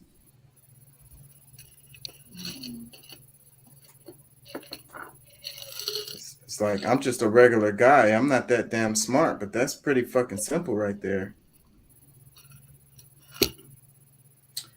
Okay, so this was what I mentioned earlier too about Zelensky. So he went to the Arab League. So it says Zelensky crashed the Arab League summit after reportedly arriving via French plane that took off from Poland, saying he wants to enhance Ukraine's ties with the Arab world, forgetting that Ukraine sent an army of 5,000 plus from the U.S.-led invasion of Iraq. It says, then he proceeded to claim how Crimean Tatars, who are Muslims, are the most persecuted by Russia. However, it's not Russians who cut pork on the Quran, but Ukrainian neo-Nazis who hate Muslims. I don't know if I want to play any of this, but it's a lot going on. I saw a clip where when Zelensky was talking, again, we mentioned Bashar al-Assad. He was at this event, and he took out his translation earpiece while Zelensky was talking. So it's like these Arab countries are not as sympathetic to Ukraine and Zelensky as the West are. You know what I mean? They're not trying to hear what he has to say. Let's read some comments underneath this tweet. It says, well, there's also a I don't know, conspiracy theory that Zelensky is gay. Or yeah, I've heard that. Like that. Yeah, there's pictures of him where he did some show in drag. So he did drag show. So he's sitting here doing this to the Arab nations. He is tainted. He is unclean. He is impure. They're not going to listen to anything he has to say. They would be, if he wasn't who he was, they probably would have never let him. Well, he had to sneak into the country from a roundabout route. They wouldn't even let him. He had to crash the place. He wasn't even invited. Yeah. So he's the kind of guy that gets freaking thrown off of a balcony in those countries, not listened to. Let me read something underneath the tweet. It says, for those who don't know, Ukraine supplies the Middle East with Ukrainian strippers, prostitutes, and nightclub workers. That is the great tire he has with them. Yes. That is actually one of their biggest exports is Ukrainian gold diggers and strippers. I didn't know that, but you know what this shows too? It shows because you're saying about how like they're not going to listen to him or whatever, and then they're acting like they're all like high and mighty or whatever, better than the others or whatever. But you see that they do this type of thing. They have strippers coming over there or whatever. They're like just as corrupt as we are. Yeah, like they talk about Dubai and they talk about how horrible stuff to be going on. Buy more like you buy. You can afford it. Not only can you buy it, you can. Everything is legal there if you can afford it. Yeah. So then these people are supposed to be Muslim. They're supposed to be, following the Quran. They're supposed to be clean. They're supposed to be kosher or whatever. That's why they human traffic people that aren't Muslim, because if they're not Muslim, it doesn't matter. They won't get punished for what they do to them. Yeah, so hypocrisy. So then they go to the strip clubs. they go to the strip clubs and do cocaine and drink alcohol and fuck strippers, and then they go in front of everybody and act like they're all like, better than everybody else. Like, I'm following the Quran and I'm doing what I'm supposed to do, and that's the hypocrisy. Well, I don't know about them doing the drugs and stuff because that's kind of against it, but they can do all the rest. Yeah. And I don't know, people might be mad at me saying this, but I know that these people dress up and they pretend. Then they expect the regular folks, like a lot of the regular folks in these countries really do, stay away from pork. And, Gold vending machines that you can freaking buy gold at in Dubai. I mean, come on. Yeah, but the leaders There's go no corruption there. and they still be doing this stuff. Like they're, cheating on their wives and all of the whole nine. All of the stuff that they talk about the West is so horrible for, LGBTQ stuff. Cheating on their wives. It's not cheating on their wife. They can have multiples. They can have a harem, and it doesn't matter. No, that's not true. They are the man. That's not true. If they're following the religion and they're doing it the right way, they can't have sex with a woman that's not their wife. They can have multiple wives, but they can't have sex with a woman that's not their wife. Unless they're an infidel, because an infidel does that's not adultery. matter. And then they kill the women for doing that same thing. It's very hypocritical. Yeah, they threw a guy, or they imprisoned him for being on like the 18th or 19th floor, taking pictures for Instagram and stuff with his shirt off. Yeah. And it was a, gay guy.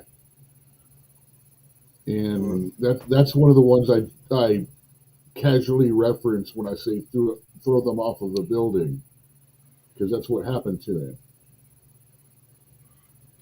Let me read a couple more. It says, I've been to Bakhchisari, Crimea in 2018 and spoke with Crimean tatars.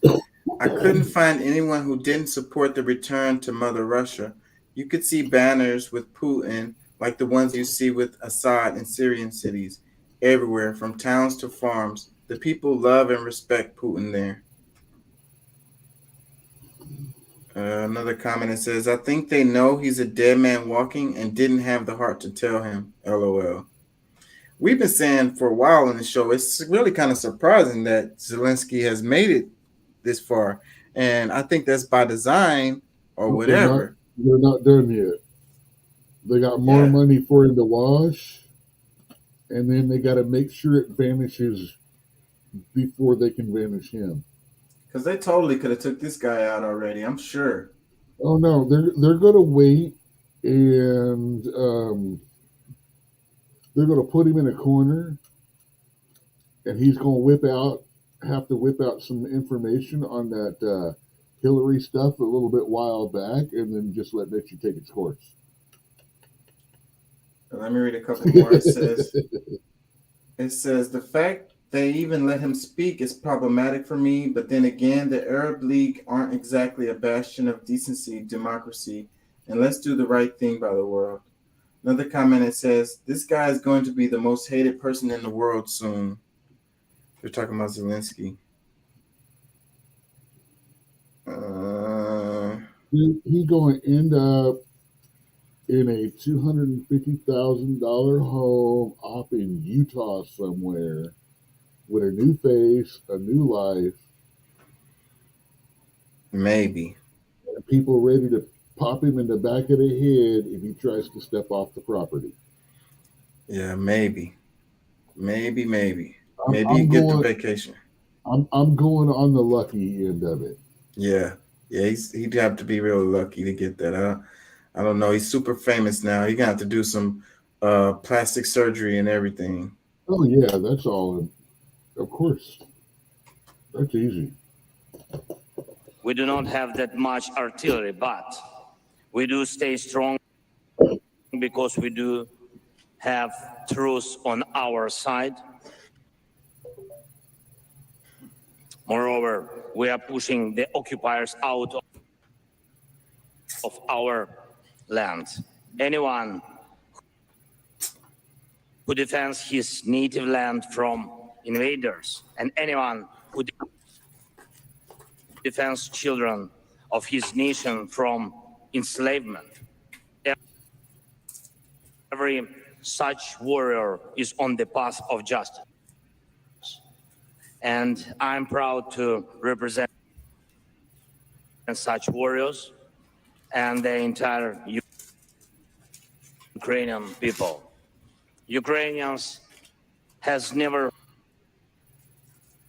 chosen the war. Our troops didn't go to other lands. We do not engage in annexations and plunder of other nations' resources, but we will never submit to any foreigners or colonizers. That's why we fight, and I'm sure all your nations will understand is our main emotion, and I'm also sure all your nations will understand the main call I want to live here in Jeddah, a noble call to all of you to help protect our people, including Ukrainian Muslim community.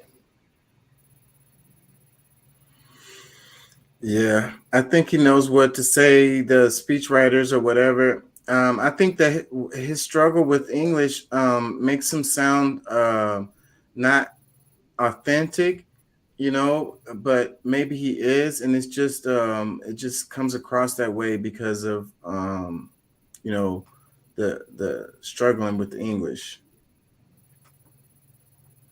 But the speechwriters knew what they were doing.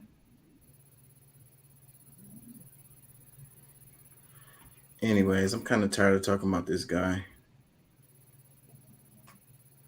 Zelensky, Ukraine. This one, check this out. It says, Hong Kong has a duty to identify books with bad ideologies.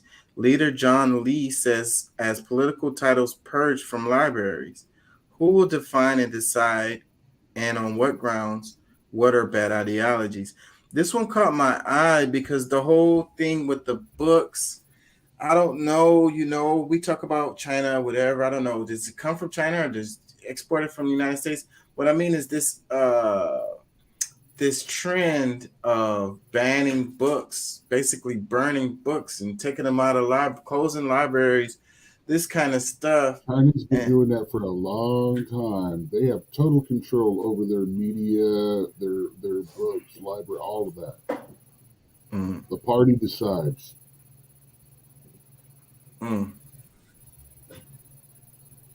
Yeah. You realize how much bending the knee that Disney and other countries that operate there have to go? I mean, you can't even do anything having to do with Winnie the Pooh because somebody made some memes that upset the Supreme Leader about Winnie the Pooh and how they looked alike. And now anything Winnie the Pooh can get, if you, in the country, can get you put in jail. All streaming, anything Winnie the Pooh, you can't watch if you're in China unless you have a VPN, which is illegal, by the way, in China. And they're trying to make it illegal here. You could, if you can't do anything Winnie the Pooh at all because, like you say, they made a meme how it looked like him and it upset him. Yeah.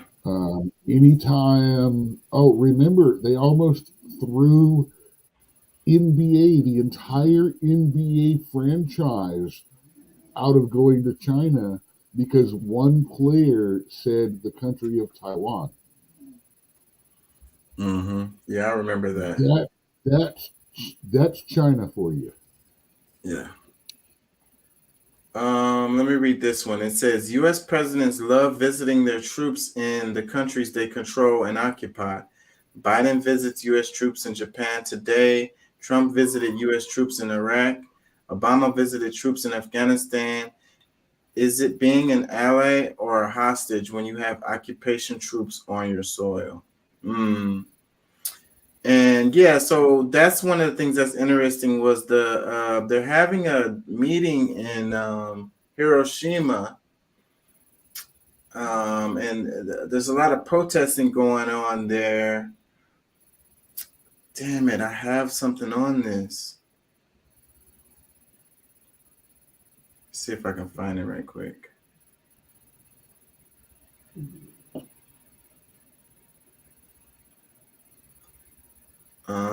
The protesters aren't happy because they're like, how can y'all come to this city after y'all freaking dropped a damn nuclear bomb on us? And then y'all want to talk about conflict over here. Man, I don't see it. Is this it? Oh, I mentioned this earlier. The radioactive cloud after destruction of depleted Iranian munitions delivered to Ukraine, moving towards Western Europe. So then they made that into the freaking story instead of the freaking fact that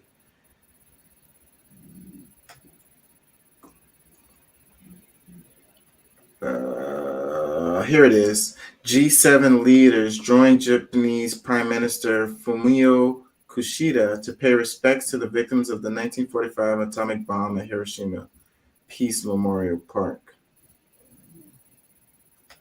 Does this say anything?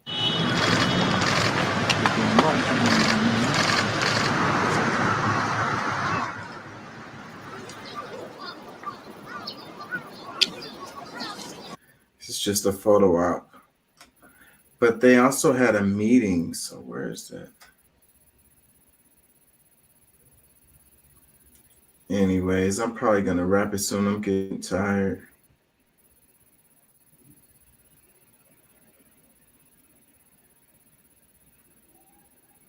Says this one, it says Bolivia's Evo Morales, the USA, the only country that murdered hundreds of thousands with atomic bombs in Hiroshima and Nagasaki, author of Operation Condor, assassinations, interventions, and coups throughout the world, has no morals to accuse Russia of crimes against humanity. That's a fair assessment. Let me see. Is it a couple more I want to do before I get out of here? My eyes are starting to burn. I got to work all day tomorrow.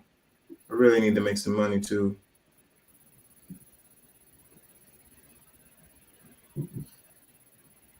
We talked about the last week was good. This week is not bad. I've been having a pretty good week.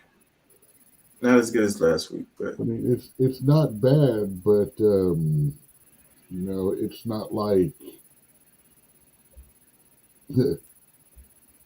February to March has been February, March, April has been bad. It's been a really slow first of the year.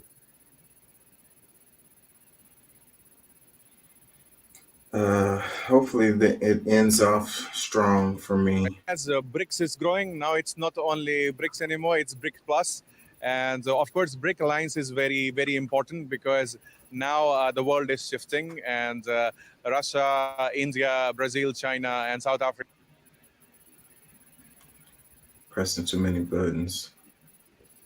Guys become one of the major countries and they are strengthening their ties. It gives more ideas and cooperation between other countries. And I think together, if they collaborate, they can make their own special zone where they will be not dependent on some another countries who are the decision makers. In last 1 year, the trade between Russia and India has already crossed more than $34 billion. And not only with Russia, India is also collaborating and working hard to strengthen ties between other part of the world, especially with the Asian countries. Also, India always have a natural platform and a natural way, and they support everyone. They are not against everyone. So this is a kind of strategy we keep because overall we all we are a very friendly nation, and we would like to go with everyone. We are not against, and we are ready for cooperation, and so we make this world a more better place to live. BRICS Plus now. So that's what we're gonna call them, BRICS Plus now. Say, yeah, I can already see this becoming a new wall. When that Pink Floyd song is going to be all about another brick in the wall. Yeah. It's going to be about walling us in instead of walling others out. Oh yeah, I found this interesting. It says Bank of America gave a list to the FBI of anyone who used BOFA credit debit cards in the DC area between January 5th and 7th, 2021, regardless of whether they participated in the events of January 6th. So Bank of America is some haters. The place. All of the That's like, and I think Americans need to hear it because there are other glimpses of just how the victimization is going on and how it's victimization at scale. This is one fact that struck me. The Bank of America record, the story that Bank of America turned over the credit card transactions, whether for an aircraft or a lodging or the purchase of a cup of coffee, for everyone who decided to come to Washington, to be in Washington area, the Northern Virginia area. That's one of the things that you asked questions about. There are victims all over the place. All of the people who suffered when the FBI and the Department of Homeland Security got involved in censorship with social media platforms, millions and millions of tweets and narratives being taken down. That is victimization at scale. It must be resolved. And the fact that those who profess to be most concerned about victimization of people by law enforcement in this country join in the victimization of you. I think that's the takeaway, at least for me, from this hearing. And so just know that all your data, they have it. If you used a credit card, then they're going to use your data and they're going to give it to whoever the hell they want to give it to. And that shit can land your ass in some damn trouble. So I guess you should use cash when you. This is one of those things where we need to observe what the hell is going on with this money system that they're trying to push on us. The digital dollar, all that stuff. This is just an example. This is serious overreach of privacy right here. This is I agree. Invasion of privacy on the violation of my constitutional rights level. And they're forcing you to use, because you notice how many, we mentioned this before, but you notice how many places you go now, they want you to, they're cashless. They say we don't do cash. I remember in the day when they refused cash, you could fucking grab it and walk out, or you could say, you could say you refused my cash payment, so you just invalidated my bill. Well, I don't think that would work nowadays, and more places. I'm talking a back in the day thing, but because cash is legal tender. Theoretically, you're not supposed to be able to refuse it. And I hate that, like, because the banks, it's for all debts, public and private. And the banks fucking suck. And like, for the longest, I hated banks and I didn't want to use them, but you have to use banks. Like, even more and more and more and more, you have to have a bank to do fucking anything nowadays. So it's like, you know, it's just another way of control, because you can't do anything without a bank. And so, like, if you want to just pay for everything in cash, then they're going to be like, no. In larger purchases, you definitely can't use cash for that, you know, and everything is records, and then they have your data, and then they just fucking use it however they fucking want and give it to wherever they want.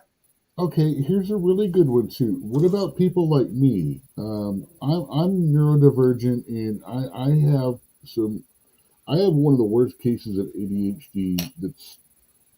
I'm not going to say it's worst, but I mean, literally, this is one of those diagnosed, try to put me on drug kind of things and things like that. So, and I think I'm Americans need to hear it because okay carrying cash around, and I'm all good. My bills get paid and everything like that. But as soon as I go to a card thing, it's not real for me anymore. You know, it becomes a concept, not a physical thing, because I don't have it. I can't count it. I can't see it. It's an ADHD. If it's out of my sight, it doesn't exist anymore. And because of that, I don't know if I have enough money or not. You know, when I've got cash, when I got $1,000 cash in my hand, or I get $2,000 cash a month, You can manage it better. I know $800 of that goes to this, and then I know by what I feel in my hand, what I see, I've got that. But when it's on a card, when you start having to add in phone bill here, eat here, oh, I want to grab a burger on the way home. Next thing you know, you're $100 friggin' under, and having to pay $35 for all those every single individual charge that hits. Yeah. It's like, damn, I didn't have the money to make it. Now you're going to hit me for $35 a pop too. Man, the banks make so much money over those overdraft things. And I think that's part of the freaking thing that they were trying to do with us, because I agree with you on the being able to manage the money better, because you just swipe like crazy and you don't know. A lot of times I don't know how much money I have. I literally have to check to see. Yes, 2-3 times a day. I Yeah. mean, literally, I really think that's exactly what they wanted to do with the pandemic, was lock us into a little box, give everybody in the country ADD so they can't focus on anything long enough to really question it. And so we would all get hyper focused on things and deep dive into them. So we would all have contradicting ideas and stuff like that. And then now that we've all got ADD and stuff like that, they're going to take the cash away, put us all on cards, because we don't get the concept of something that we don't see and understand, something that's in our hand anymore. Yeah, you spend more definitely when it's not the cash, because you just don't know. I mean, then it's get like everybody used to ordering out all the time. like Monopoly money. And you know what gets me is those subscriptions. Like, I don't even know what all stuff I'm subscribed to, and they automatically come out. And I have these automatic draft payments that pay some of my bills, which is convenient and it helps me out a lot. But it leads to not knowing how much money I have, because it's all through the month where these payments come out, and I just, it's really difficult for me to keep track and actually know how much money I have. So the way I do it is I just make sure I have plenty of money in there to cover everything. That's just kind of how I do it. I'm glad. Well, see, that's the whole idea, because as long as every dollar you have in there is $10 that they can loan out to other people. Yeah. I mean, you got to understand, the government is printing money and giving it to us. We give it to the banks, and then they print 10 times that amount of money. They're flipping it. It's like the mafia. It's like, it's like the streets. It's like the streets. You give, they're flipping it, literally. And meanwhile, they give you 0.5% per year. They're charging you basically, because your fees. You have at least $5,000 in there. Your fees, like there are banks that don't have fees, and if you keep more than $2,000 in your account, then you won't get any fees. But for the most people, average people, Not even talking about fees. The fees are going to be way more than whatever they're giving you back. So they're charging you to flip your money, and then they're forced to do it. It's like the best game in town. What did it say? The best way to rob a bank is own one, or something like that. Dude, they give you 0.5% if you drop your stuff in savings, as long as you've got at least $5,000 in that savings account. Did you know if you put that $5,000 and bought the stock, and I'm just going to use Bank of America, and this is 2022 as an example, if you put that $5,000 in Bank of America stock, you would make 4.5% interest every year on it. It's actually better to buy stock in a bank than it is to put your money in one. Yeah. Or save your money in one, excuse me. Yeah. You should never have more in your bank than maybe a couple of grand in a savings account for an emergency, like your car dies and you got to drop a down payment on something to get quick, an emergency thing like that, and what you need to pay your bills. Everything other than that, you actually would do better buying stock in the bank. Yeah, and I don't understand money that much, but I get that people with money don't really use banks the same way that people without money use banks. They don't really use banks that way. Hey, I'm not a professional or a pro, but I'll tell you, if I knew the things that I learned during the pandemic 20 years ago, I would not have had a problem making it through the pandemic.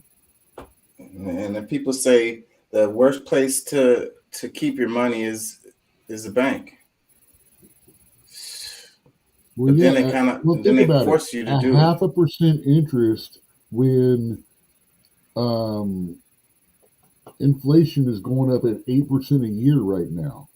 Yeah. You're losing 7.5% interest just keeping it in the bank. You're losing 7.5% a year.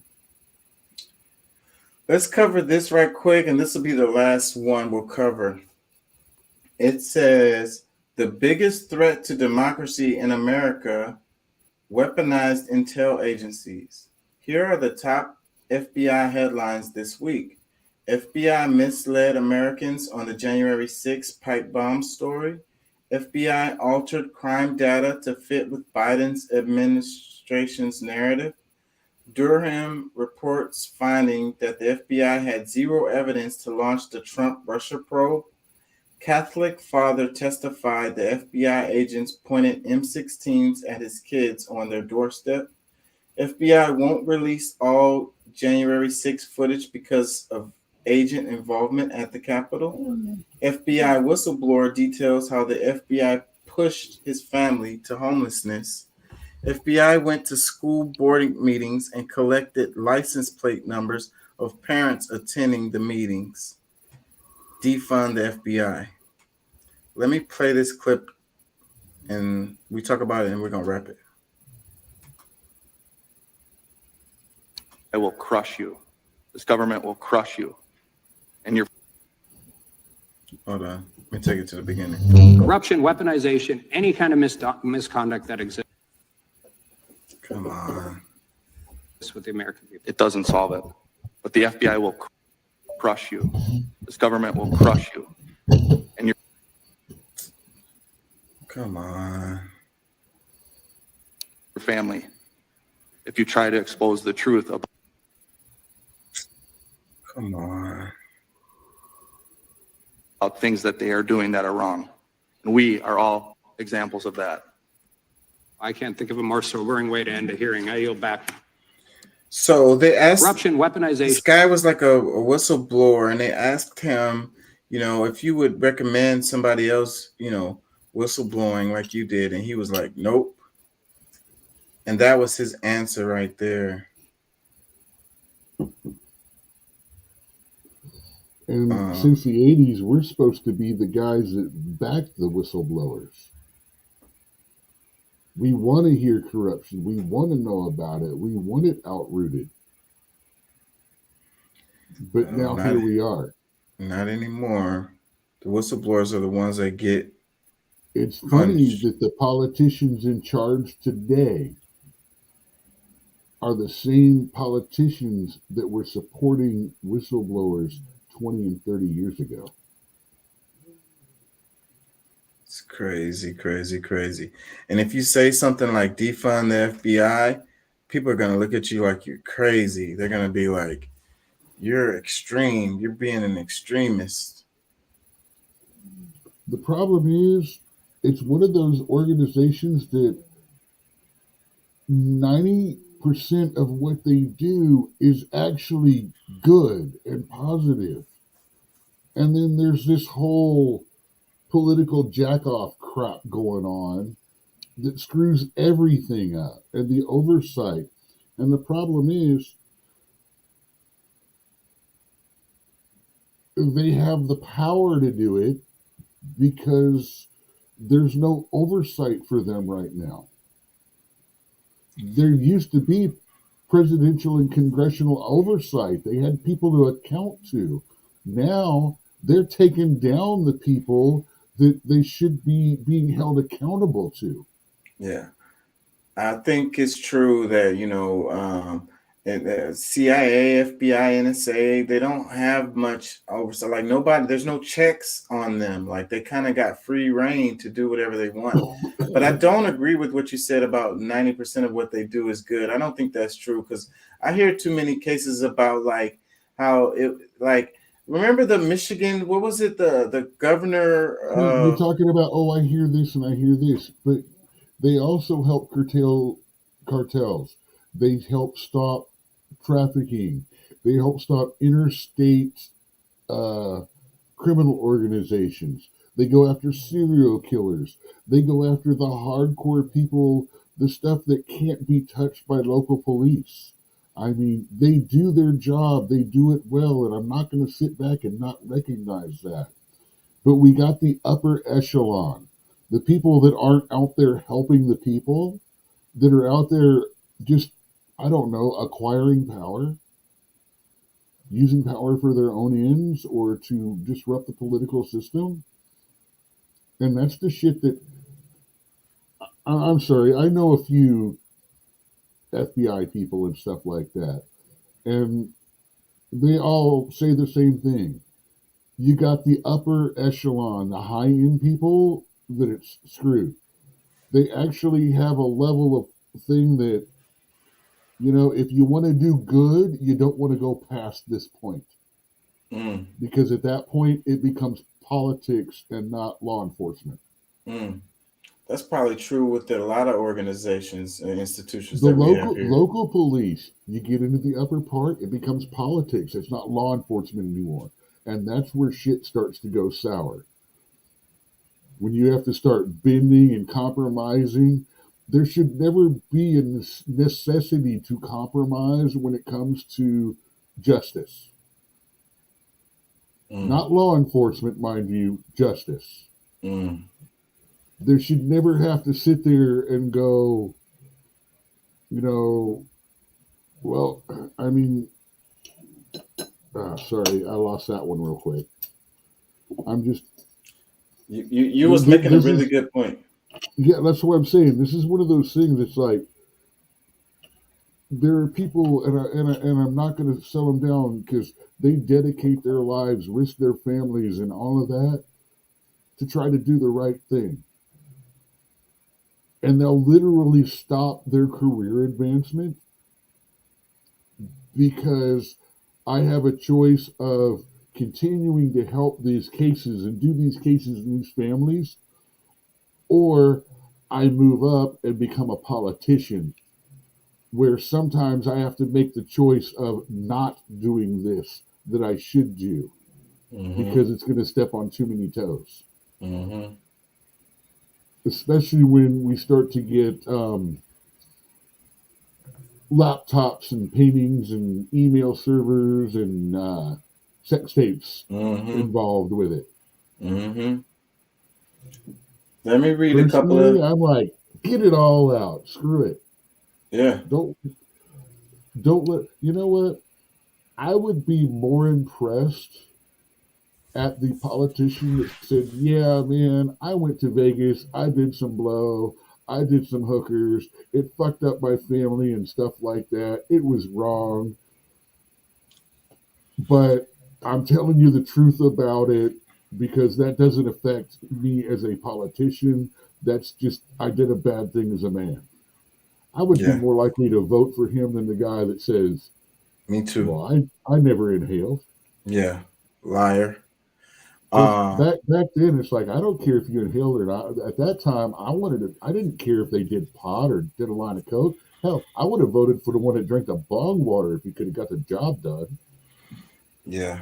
Well, you ran, but your country is ran by criminals when they're always worried about who snitched. Like, that's the main person who gets persecuted. It's like, who snitched? It's kind of like when you're on the streets and you're in a criminal organization. It's like, who snitched? Stitches. Yeah, and get found in ditches.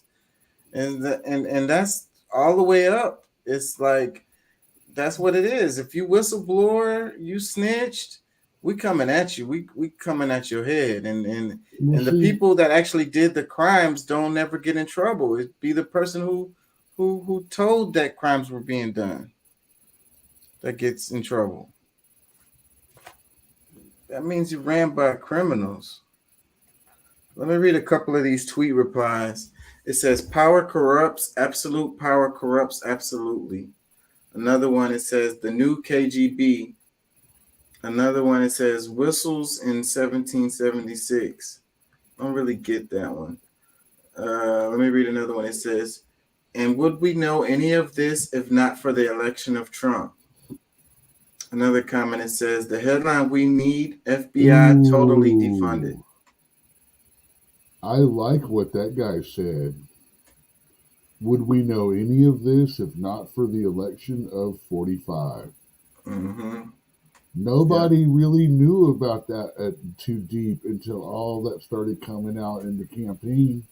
Yeah.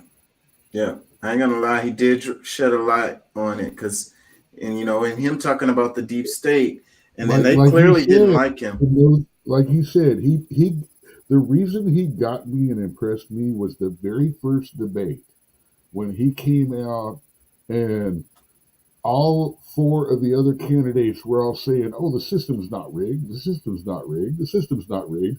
And he stands up and goes, well, I know the system is rigged because I use the system. That was when I was like, oh, as much as I hate this guy, I like him.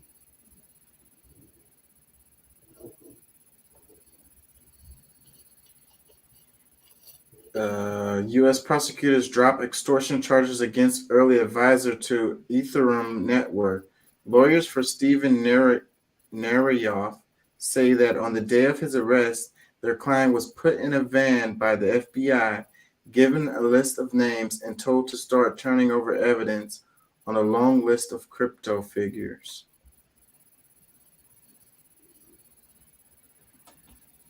Because this person said, what about Steven Narayoff? Let me read a couple more. If I ever get into any politics or anything like that, I'm going to have recording devices all the time. It's all going to stay in a private little vault and crap like that until I'm done. And then when I'm not afraid of dying anymore, I'm going to release it all.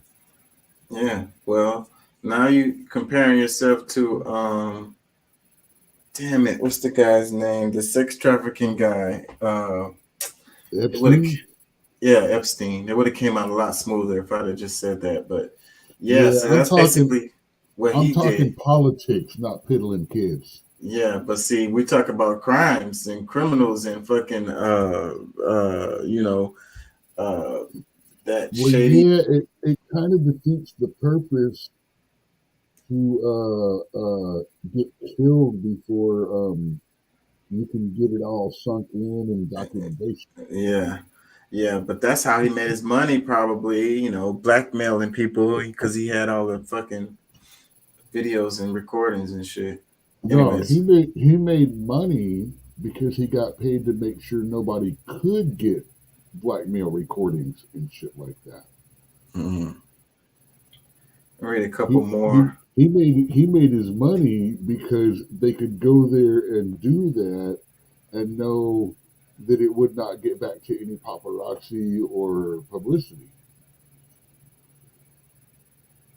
Let me read a couple more. It says, why are none of these topics trending at Twitter. It seems that the shadow banning is back in full force. Most of my followers don't even show up in my timeline anymore. Another comment, it says, it's been for years, at least since the Kennedy's murder. It says, defund the FBI, CIA. Another one, it says, Paige Shell, read my name. Fascism is born in victimhood. Another one, what a disgrace of a once respected institution. Another comment, who let them become what they are?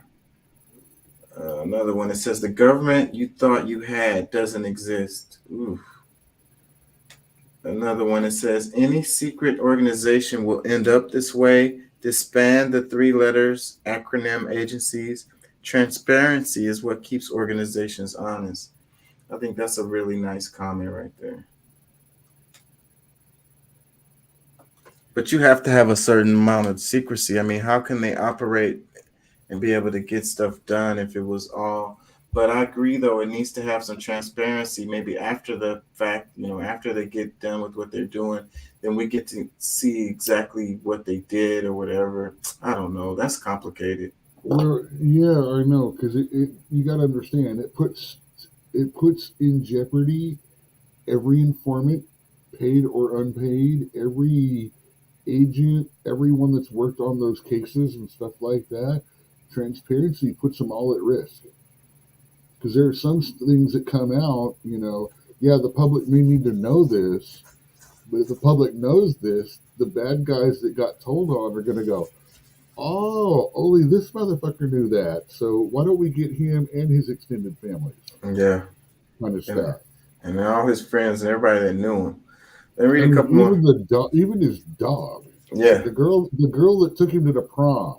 Yeah. Let me read this one. Because he knew him.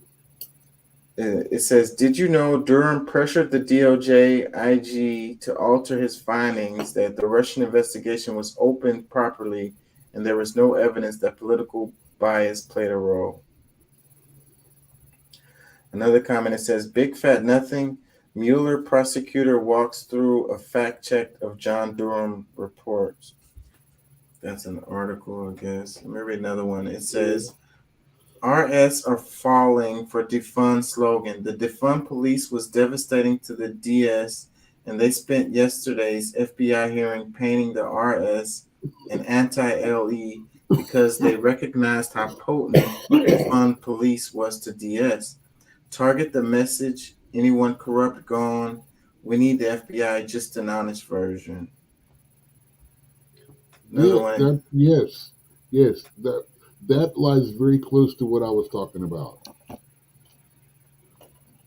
It says the FBI is a laughing stock of America. I personally think that we should make the Justice Department or someone else in charge of, and I think we need to have a small group that does nothing but investigate politicians. CSI their tax returns, CSI their businesses, CSI all of that stuff, because they are public figures and they should be able to stand up to such scrutiny. Just a thought. Yeah, man, I'm gonna have to wrap it. It's 3:17 and I gotta get up in the morning. So I think it was a good show, though. Thank you for joining, Doc. Really appreciate you being here. Yeah, I'm here on Friday and Saturdays. I don't know where everybody else was at. I got a text from Pat, said he was busy doing something and he was gonna hop on. Pat's taking care of a friend, according to his text. Yeah, it's all good. I'd rather him doing that. If he's needed more there, then he knows where the universe called him to. Yeah. No hard feelings. Anyways, peace and love. Thank y'all for joining. Thank y'all for listening. We'll be back tomorrow. All right. And don't forget, man, hit that like, hit that subscribe, notification, chat with us. Mr. Elliot, Richardson Elliott, I'm sorry we didn't catch you. I'm going to do a reply in a minute, just to reply so you know that we paid attention to you. And peace, love, out. Out.